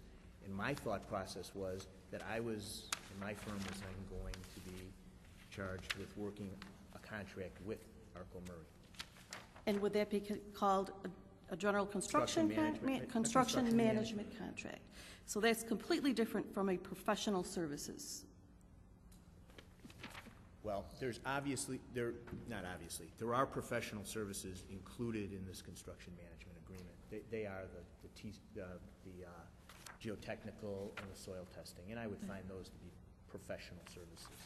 But the actual final document for 176 would be a construction management. That's what I envision it. Okay. And is it not my understanding from reading the Illinois law that when you sign a construction management agreement for $176,000, the law says something like that should have gone out to bid? Is that not correct? I don't know that the construction management agreement had to go out to bid. Okay. The individual bids, I think as Tom has indicated, those have to be bid. The demolition, the public works, but not the construction management agreement with Arco Murray or any other construction manager could be done by RFP or another process, in my view. And then just one more quick question. I do recall I was able to sit in on that committee meeting, and I think part of the problem comes in.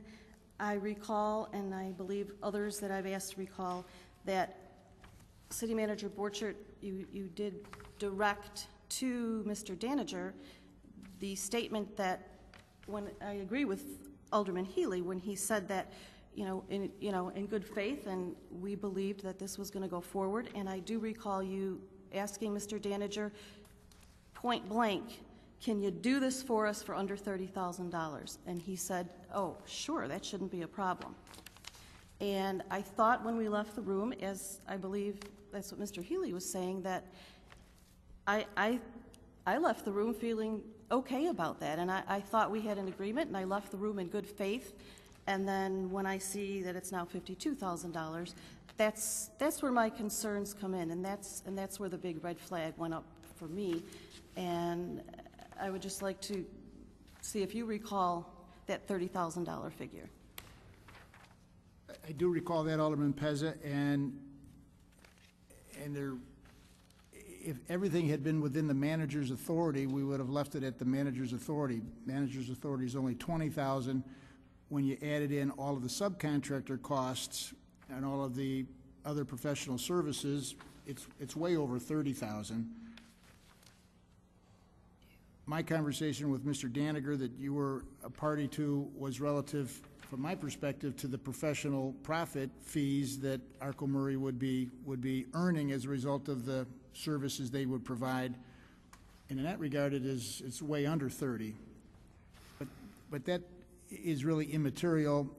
Doesn't matter who's getting what money. If it's over 20,000, the committee is necessary and the city council is necessary to make a approval to go forward.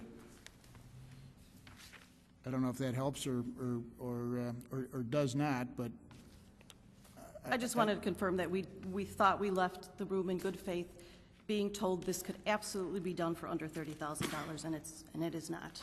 So, thank you. All righty. Thank you, Alderman Pezza. Alderman Brown. Yes, thank you.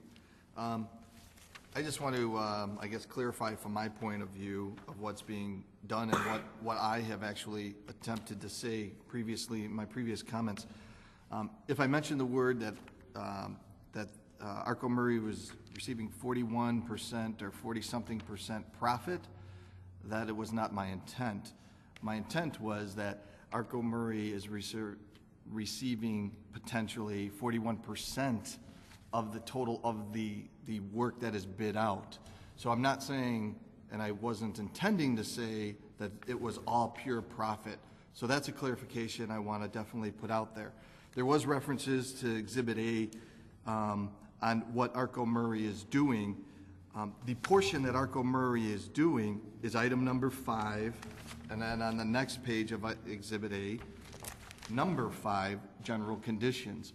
Those are the areas that Arco Murray is actually doing, to my understanding, which general conditions is what they're being paid for, and that's being represented as full-time field supervision and project management throughout the direction of on-site activities. And then there's that 3.5, and then there's that 4.5 on top of that. So that's my clarification. I just wanted to make sure is understood. If I said something in ear previously, I wanted to clear the way there. As stated before, I did have concerns over what I felt was an increase from when I left the discussion and when I initially signed the report.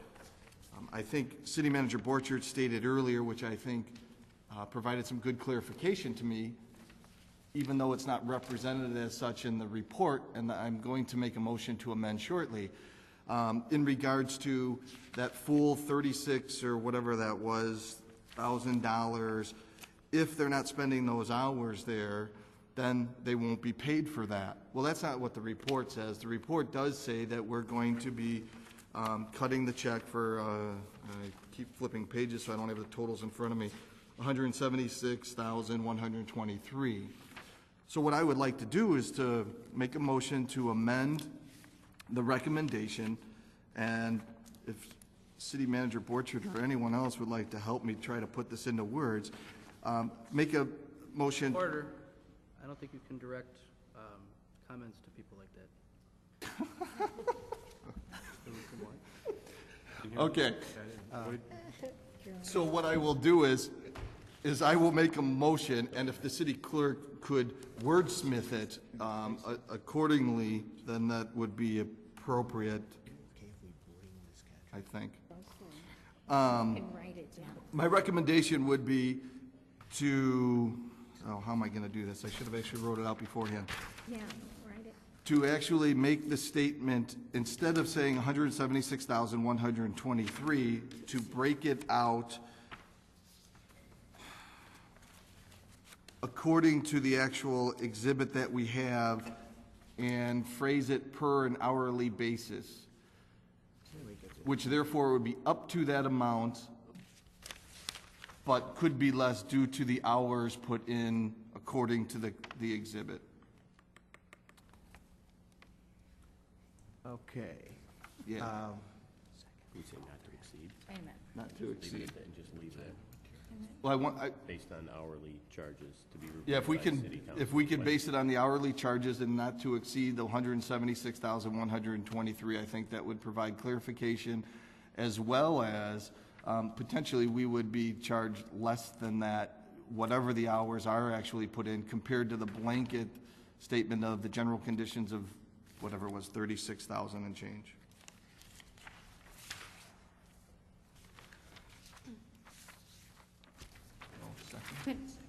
Could I repeat that? There's no second on that right now, so we, Okay. And you need a second, or it's not a second motion? otherwise. Okay. Second by Alderman Shea. Are you seconding, Alderman Shea? You are, okay. All right, we do have a motion and a second. We have discussion. Alderman Nybo. I oppose the amendment because I don't understand what it means. Point of order, Somebody I would needs like to the read motion it. read. Point of order, Right. I would like the motion read before it's not appropriate to have the city Right, clerk before. do this. Right. Okay. Should have written it down. Yeah. If we're going to amend the motion, we should have it ready to go. Otherwise, we're kind of, You don't know when you're here. But I did write something down, what I So- heard you say. So I do have something. It's not my call to read it or not. okay.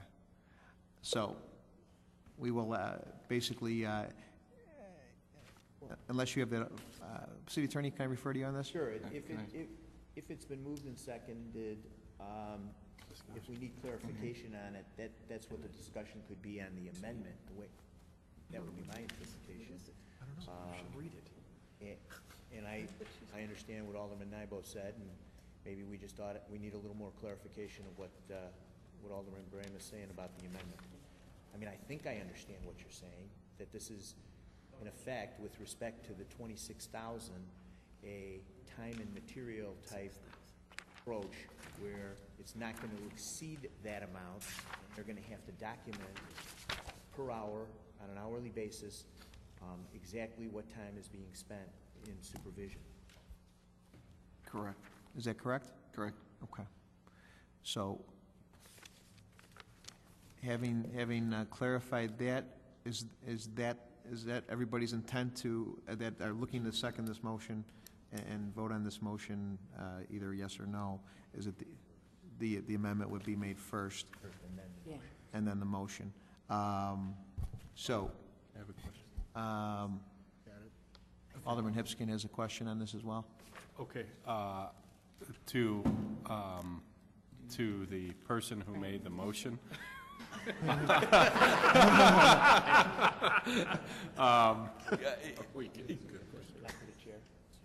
I'm teasing you, Steve. I give permission to make the question right to the person that made the motion. Take your time, because I think I know where you're going, but if you can just give a little more precise clarification. I have a real good understanding. I withdraw the motion. Withdraw the motion? Okay. All right. And the seconder has to withdraw. I'll withdraw the second. Withdraw the second, so the motion, the amendment to the motion is withdrawn. Alderman Pezza. I would like to ask the city attorney, I thought I made a motion to, but I guess it wasn't formal, to amend the report from June 8th regarding Larch Avenue parking deck demolition proposal, minutes from the Public Works Committee meeting on June 8th.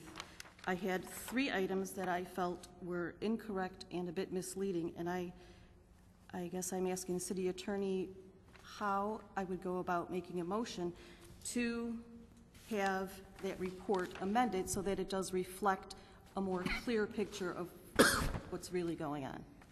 A motion to amend and then delineate the 3 items that you want modified or amended. And they would need a second as well, too, correct? And then it would need a second. Okay.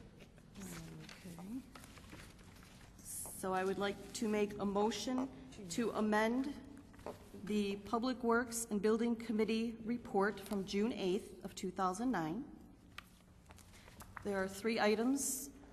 The first one, I would like it corrected, where it states, DevCom was successful in purchasing the property from the current owner and has subsequently agreed to sell it to the city. I would like it to reflect that DevCom was successful in purchasing the property, and the city, in turn, purchased and closed on the property March 23rd, 2009. So that it's clear to the taxpayers and everyone else sitting up here that we do actually own that property.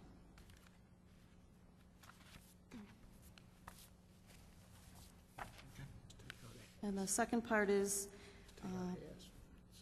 where it says the city will be entering into the entire multi-million-dollar construction agreement with DevCom. I don't believe that should be in there at all. We have not decided that. We have not voted upon that. What paragraph? Where is it? The second paragraph, it says, the committee did not want to wait until a final agreement had been reached with DevCom for the entire construction of the parking deck in case the length of time for that exceeded the period within the city can file. Oh, that's not it. Wait. I had 3 think that might have been of in these. something else. What number is that? There's a clause that says the city will be entering the entire multi-million-dollar construction agreement with DevCom. Where is it? Where is it? That might have been, Clarification, Alderman Pezza, what page and what area is this in? We're still, It's not in there anymore? might have been what we looked at on the May 26th, but it's not in this. Okay, I guess it is not in this one. We discussed that on something else. And then the third item, for the city. It says Arco Murray provides construction management services. I just want to clarify that if that is the proper title for this. Is it construction management services? Is that what we're calling this? Because I think it makes a difference for how the future contract and agreement will read and how they get paid. Is that what it will be considered?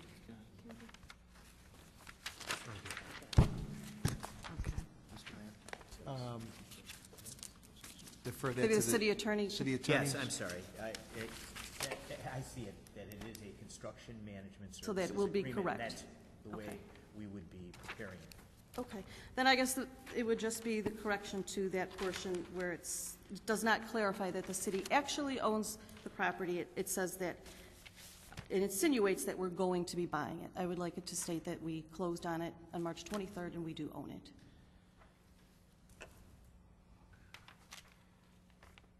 Alderman Kennedy. I like really simple writing, so I would just, I would propose we say, from the current owner and has sold it to the city. Insinuates it's done. We don't need the dates. That's all known information. Just say it's been sold to the city. I don't think it could hurt the date, but to have the date, but maybe the city attorney could I would decide on that. Yeah, As long as it states clearly that we do own that property, that's my concern. I just, please somebody say sold to the I city. understand. That's fine. So I would like So- to make that motion. So we have the motion, it's a second, it has a second by Alderman Shea, correct, or no? No. It doesn't. We didn't have Okay, a it doesn't have, we second. don't have a second yet. So you've got a couple modifications to the original We have one report? Just the one. Just the one, okay. I'll second. Alderman Kennedy is the second on that motion. Any discussion? Alderman Morley. Would we please have the clerk read motion? I can't read it. I couldn't record it fast enough. I'm sorry. I cannot read it. Had, Well, then, I would ask Should have Mr. been Chair, could you written ask the motioner to restate the motion? Pardon me? Ask I didn't get it. Ask Alderman Pezza to restate her motion. Alderman Pezza, or should we actually go to the city attorney to restate it? Would City Attorney Storino, or Alderman Pezza? I would like to make a motion that the minutes from June 8th, 2009, the report regarding the Larch Avenue parking deck from the Public Works Committee, reflect the statement to say, DevCom was successful in purchasing the property from the current owner And the city, on March 23rd, 2009, purchased the property from DevCom. Okay, so DevCom was successful in purchasing the property, and the city... The current owner. From the current owner, from the Hurleys, and the city subsequently purchased the property On March 23rd. on March 23rd, was it? I believe that's the correct date. March 23rd. Okay, do we have that, Patty? Alderman Leader? I would have a question for our city attorney. Does he concur that we do own the property? Yes, I do, all done. Thank Yes, we do. Okay. And I have a follow-up. Easiest one I've had tonight. Oh, excuse me. I said that was the easiest one I had. Please to answer it quickly. And I have a follow-up for Chairman Kennedy. Does Go ahead, he Alderman. concur in this? Chairman, do you concur with that amendatory motion? I know he did. But Yes, I seconded, yes. Okay. I know you did, but I wanted you on the record. That's okay, fine, thank you. Thank you. Thank you, Chairman Kennedy. Thank you, Alderman Leader, for good questions. Anybody else? Okay. Let's do it. Go ahead. I would ask the clerk to read the, I could not record it. I have not done that. okay. I may get some help. We'll get a little help here. That's what we got. We got a city manager and a city attorney. Ready, willing, and able. You should have been doing it. Absolutely. City Manager Borch will read the amendment to the, I didn't write it. As we have noted, The it would report. be amended with these changes. DevCom was successful in purchasing the property from the current owner, and subsequently, the city on March 23rd, 2009, purchased the property from DevCom. all righty. Very good. I'd ask the clerk to take a roll call vote, please. Okay, Pezza, Aye.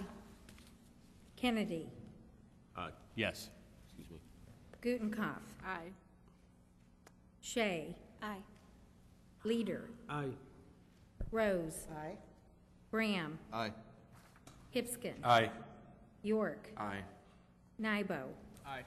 Healy, Aye. Morley, Aye. Mulliner, Aye. Wagner, Aye. 14 ayes, 0 nays. 14 ayes, 0 nays. The motion, the amendatory motion does pass. And now we'll go back to that item. Or no, we got to vote it with the amendment. Do we go back to approve? The amendment, now you have to vote on the motion. Now we go back on Same the vote. motion itself. That is correct. Okay, and I would ask Clerk Spencer to read that motion.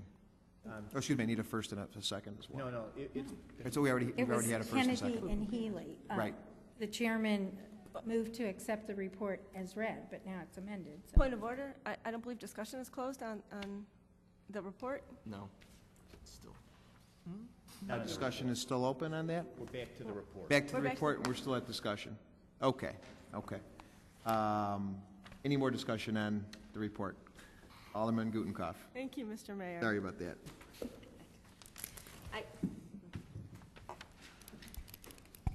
I'm not clear that we've settled this question about whether or not Arco Murray is being paid on a time and materials basis or on a flat fee basis.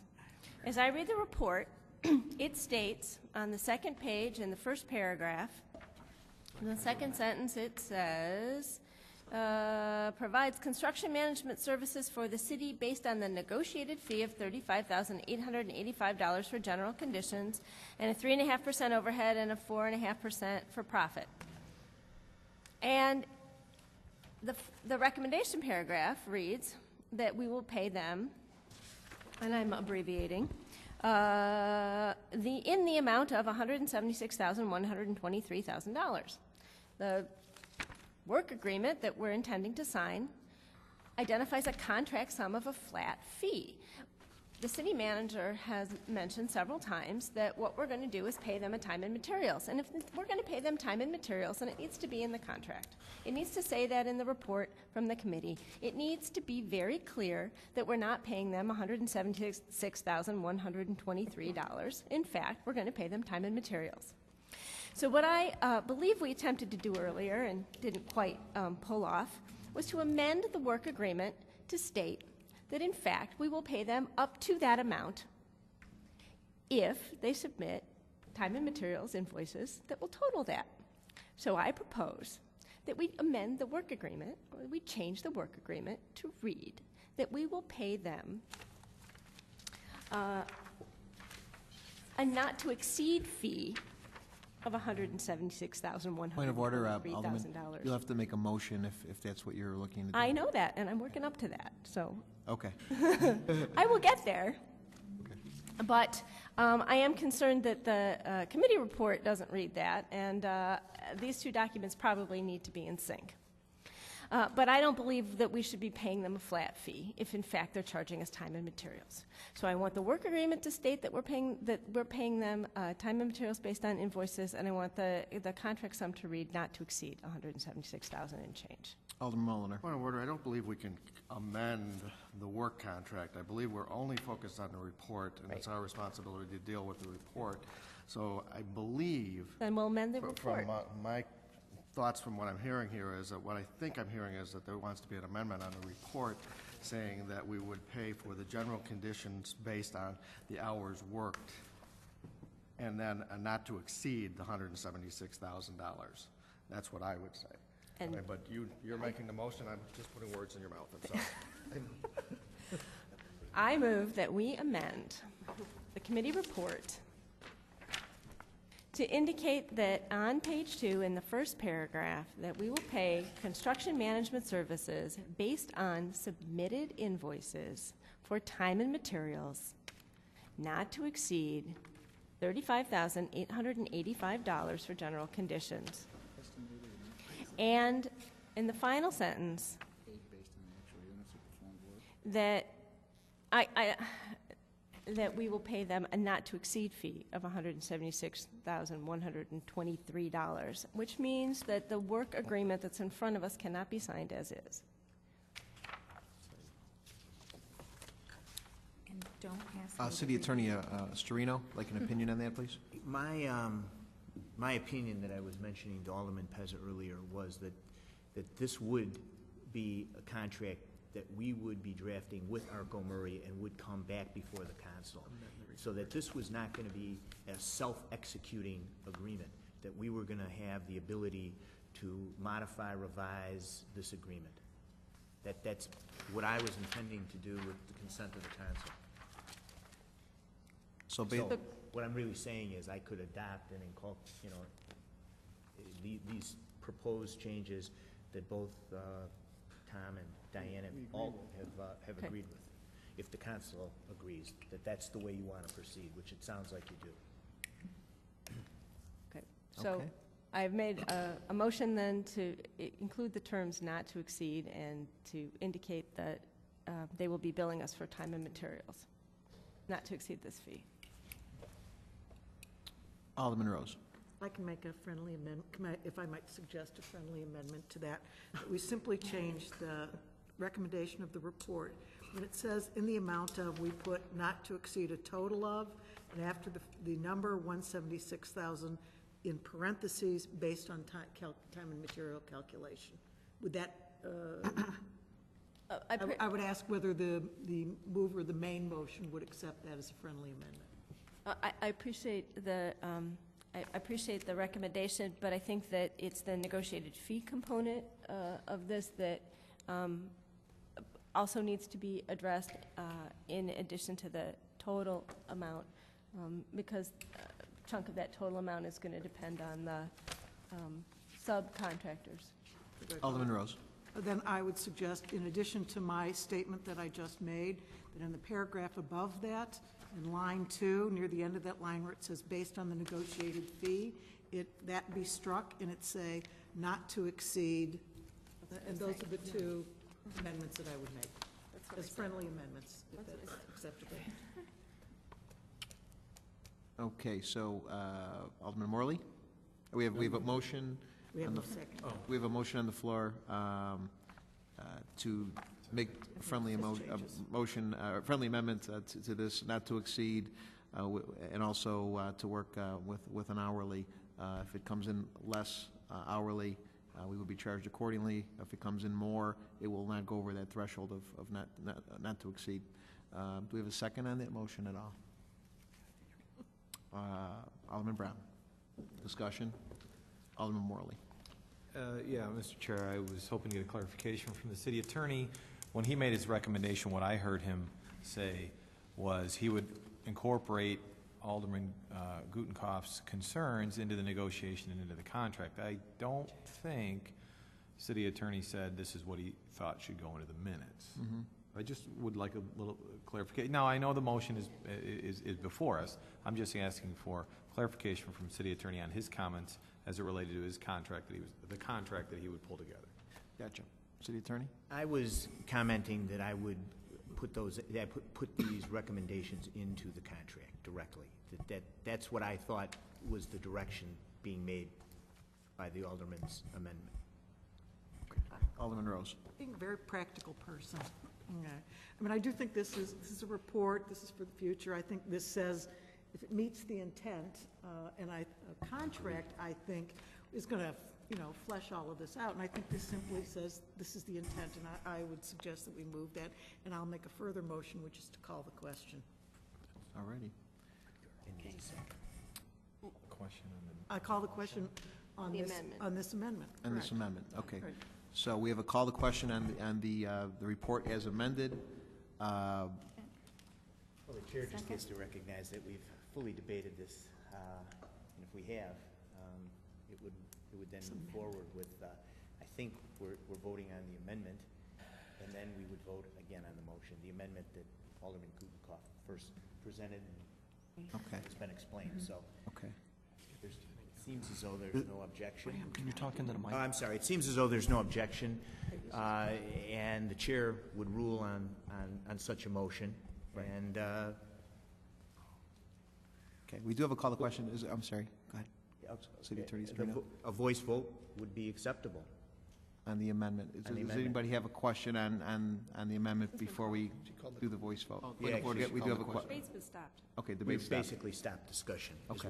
Is what's happened, and the chair would make that ruling. And okay. if I, by eyes, can see that that's probably where we ought to be at this point, Okay. I think a voice vote. Very good. All in favor of accepting this report as amended, say aye. Aye. Oh, no, accepting the amendment. Especially the amendment. This amendment by Alderman Gutenkopf. Say aye. Aye. Anybody opposed? No. Okay, so 13 ayes, 1 no. Have the voice vote. That amendment is passed. Point of order, I don't think you can call it 13-1. I think you can say it passed. Okay, it passed. Okay, sorry. And now back to the initial motion. Can we do that by voice vote as well? Yes, you can. Okay. Because we're dealing with a report. We're dealing with the report. This is not an ordinance, so we can do this by voice vote as well. Question? So we are voting on the, And like the main motion to accept the amended committee report. Correct. Yes, the main motion of, as Alderman Wagner said, N, the report as amended. As amended. As amended. Correct. Okay, just Okay. and we're good. Okay. And we'll do that by voice vote. So we're accepting item number N as amended. Everybody clear on that? All righty. All in favor? Aye. Aye. Anybody opposed? Okay, motion carries. Very good. It was unanimous. All right. Moving on to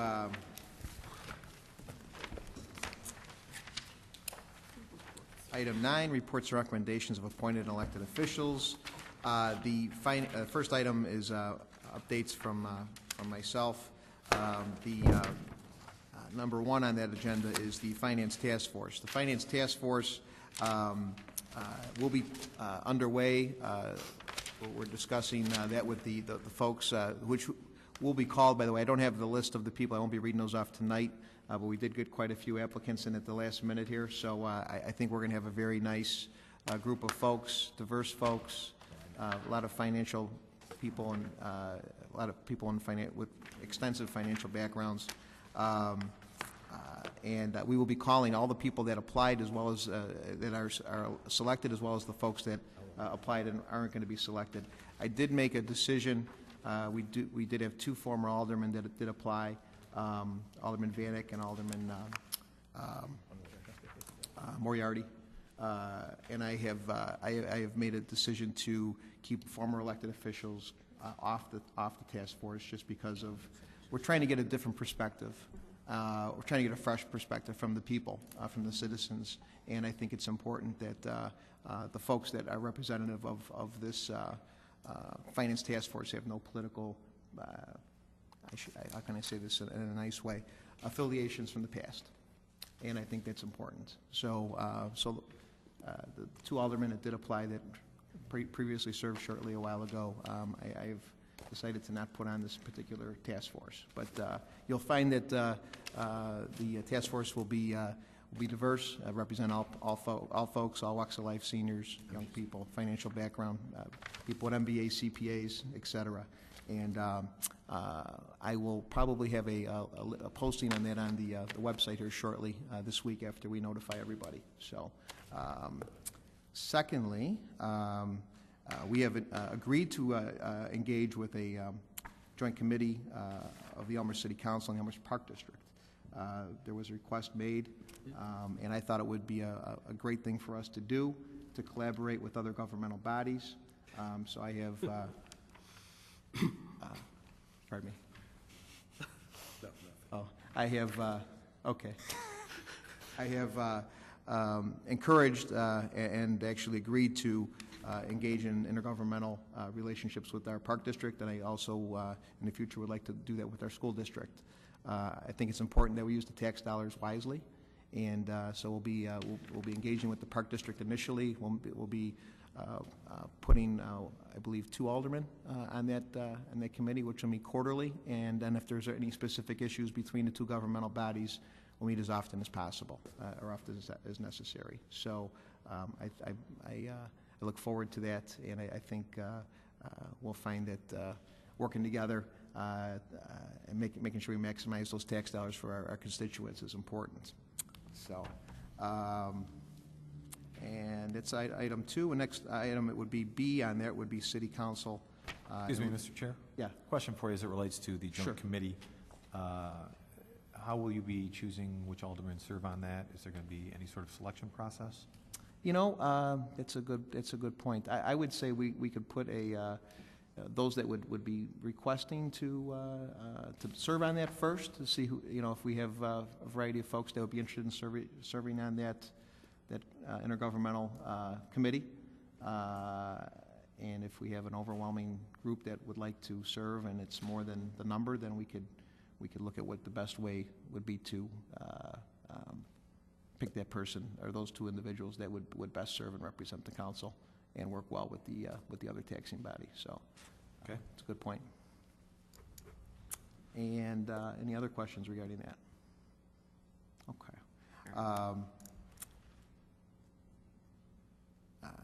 Next would be City Council and Legal Matters orientation by City Attorney Storino.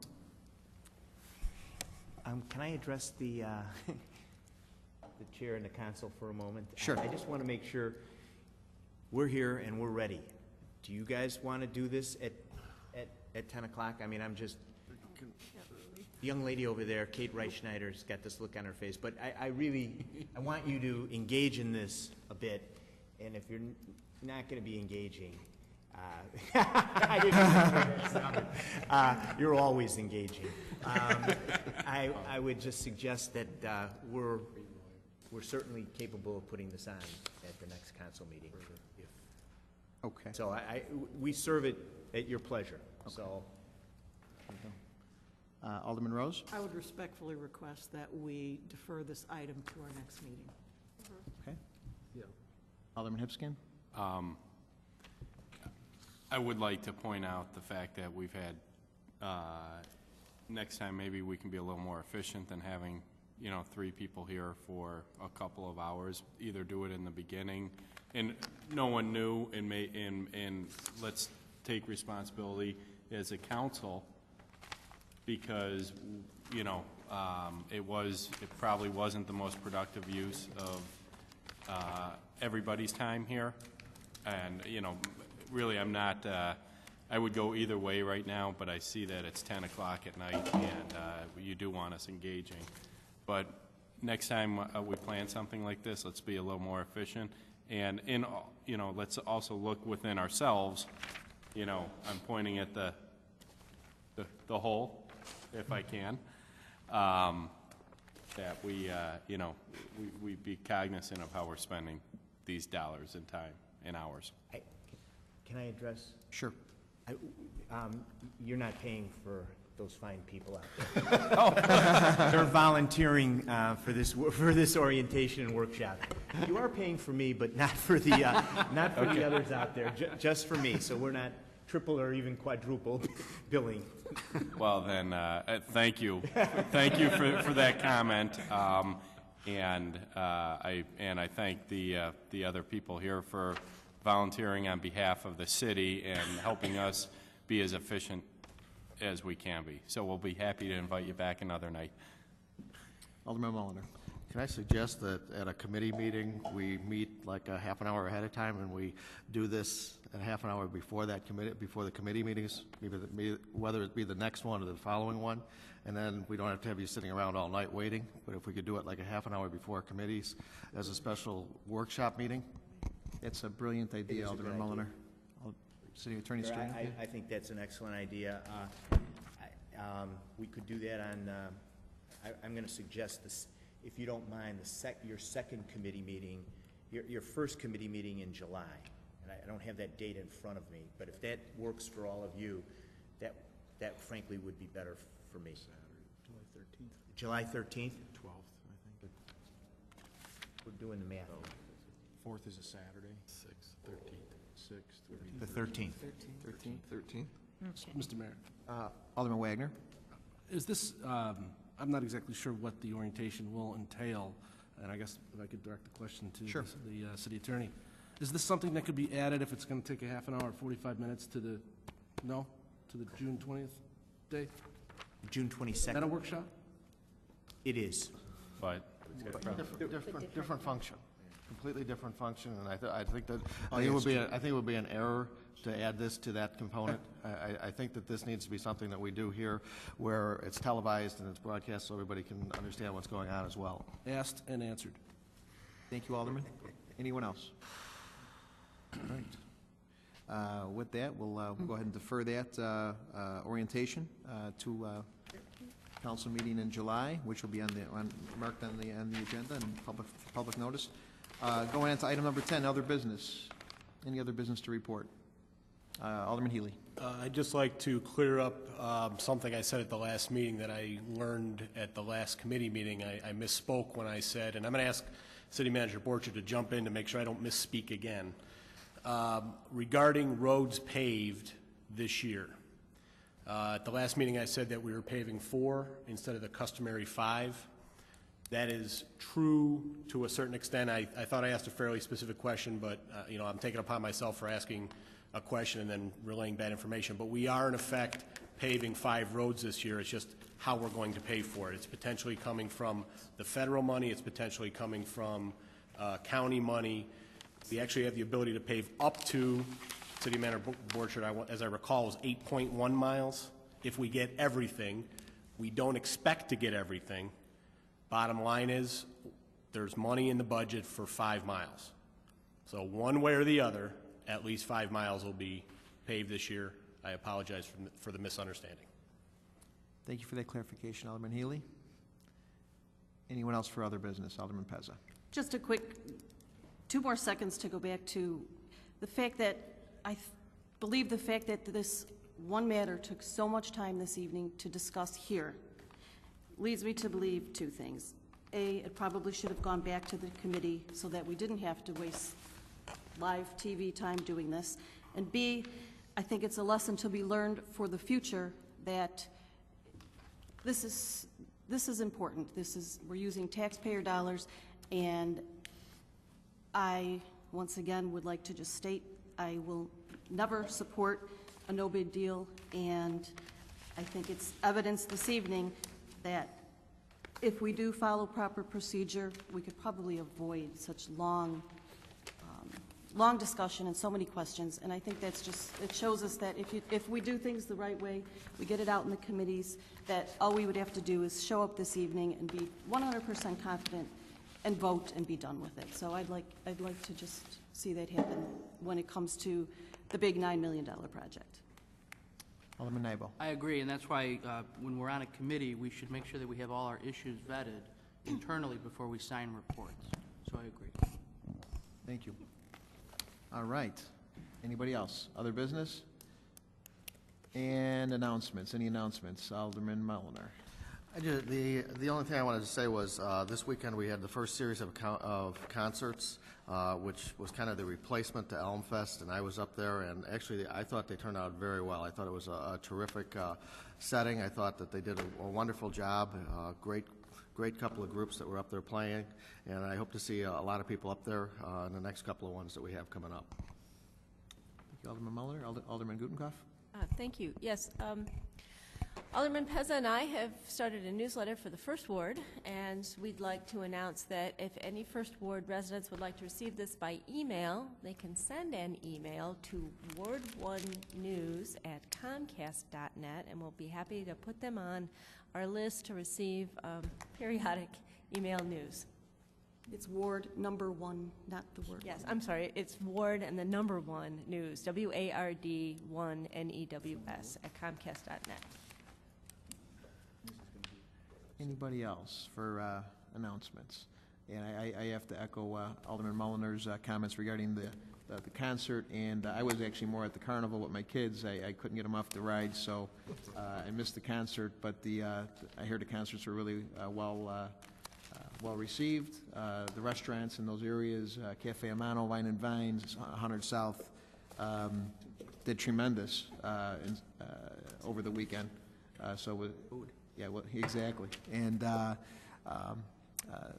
my kids enjoyed the carnival. We bought the wristbands, and they got their money's worth, and I couldn't get them off the rides, like I said. So it was a great weekend, and look forward to the continued concert series and how I know they're going to be moving that around downtown Elmhurst, and I believe the final one is in Wilder Park, if I'm not mistaken. I'm not sure how the setup is, but they are moving around downtown Elmhurst so that a variety of other restaurants have the venues so that they can hopefully profit off this as well. And we're looking for your input as well. But from what I understood, a lot of the constituents really enjoyed it, and that's what we're here for, trying to make everybody happy. So, any other announcements? Also, Relay for Life is this weekend. Make sure you come out. It's at Timothy Christian Church. And if there's nothing else, I would ask for a motion to adjourn. Alderman Hipskin, Alderman Morley, all in favor? Aye. We're adjourned. Thank you.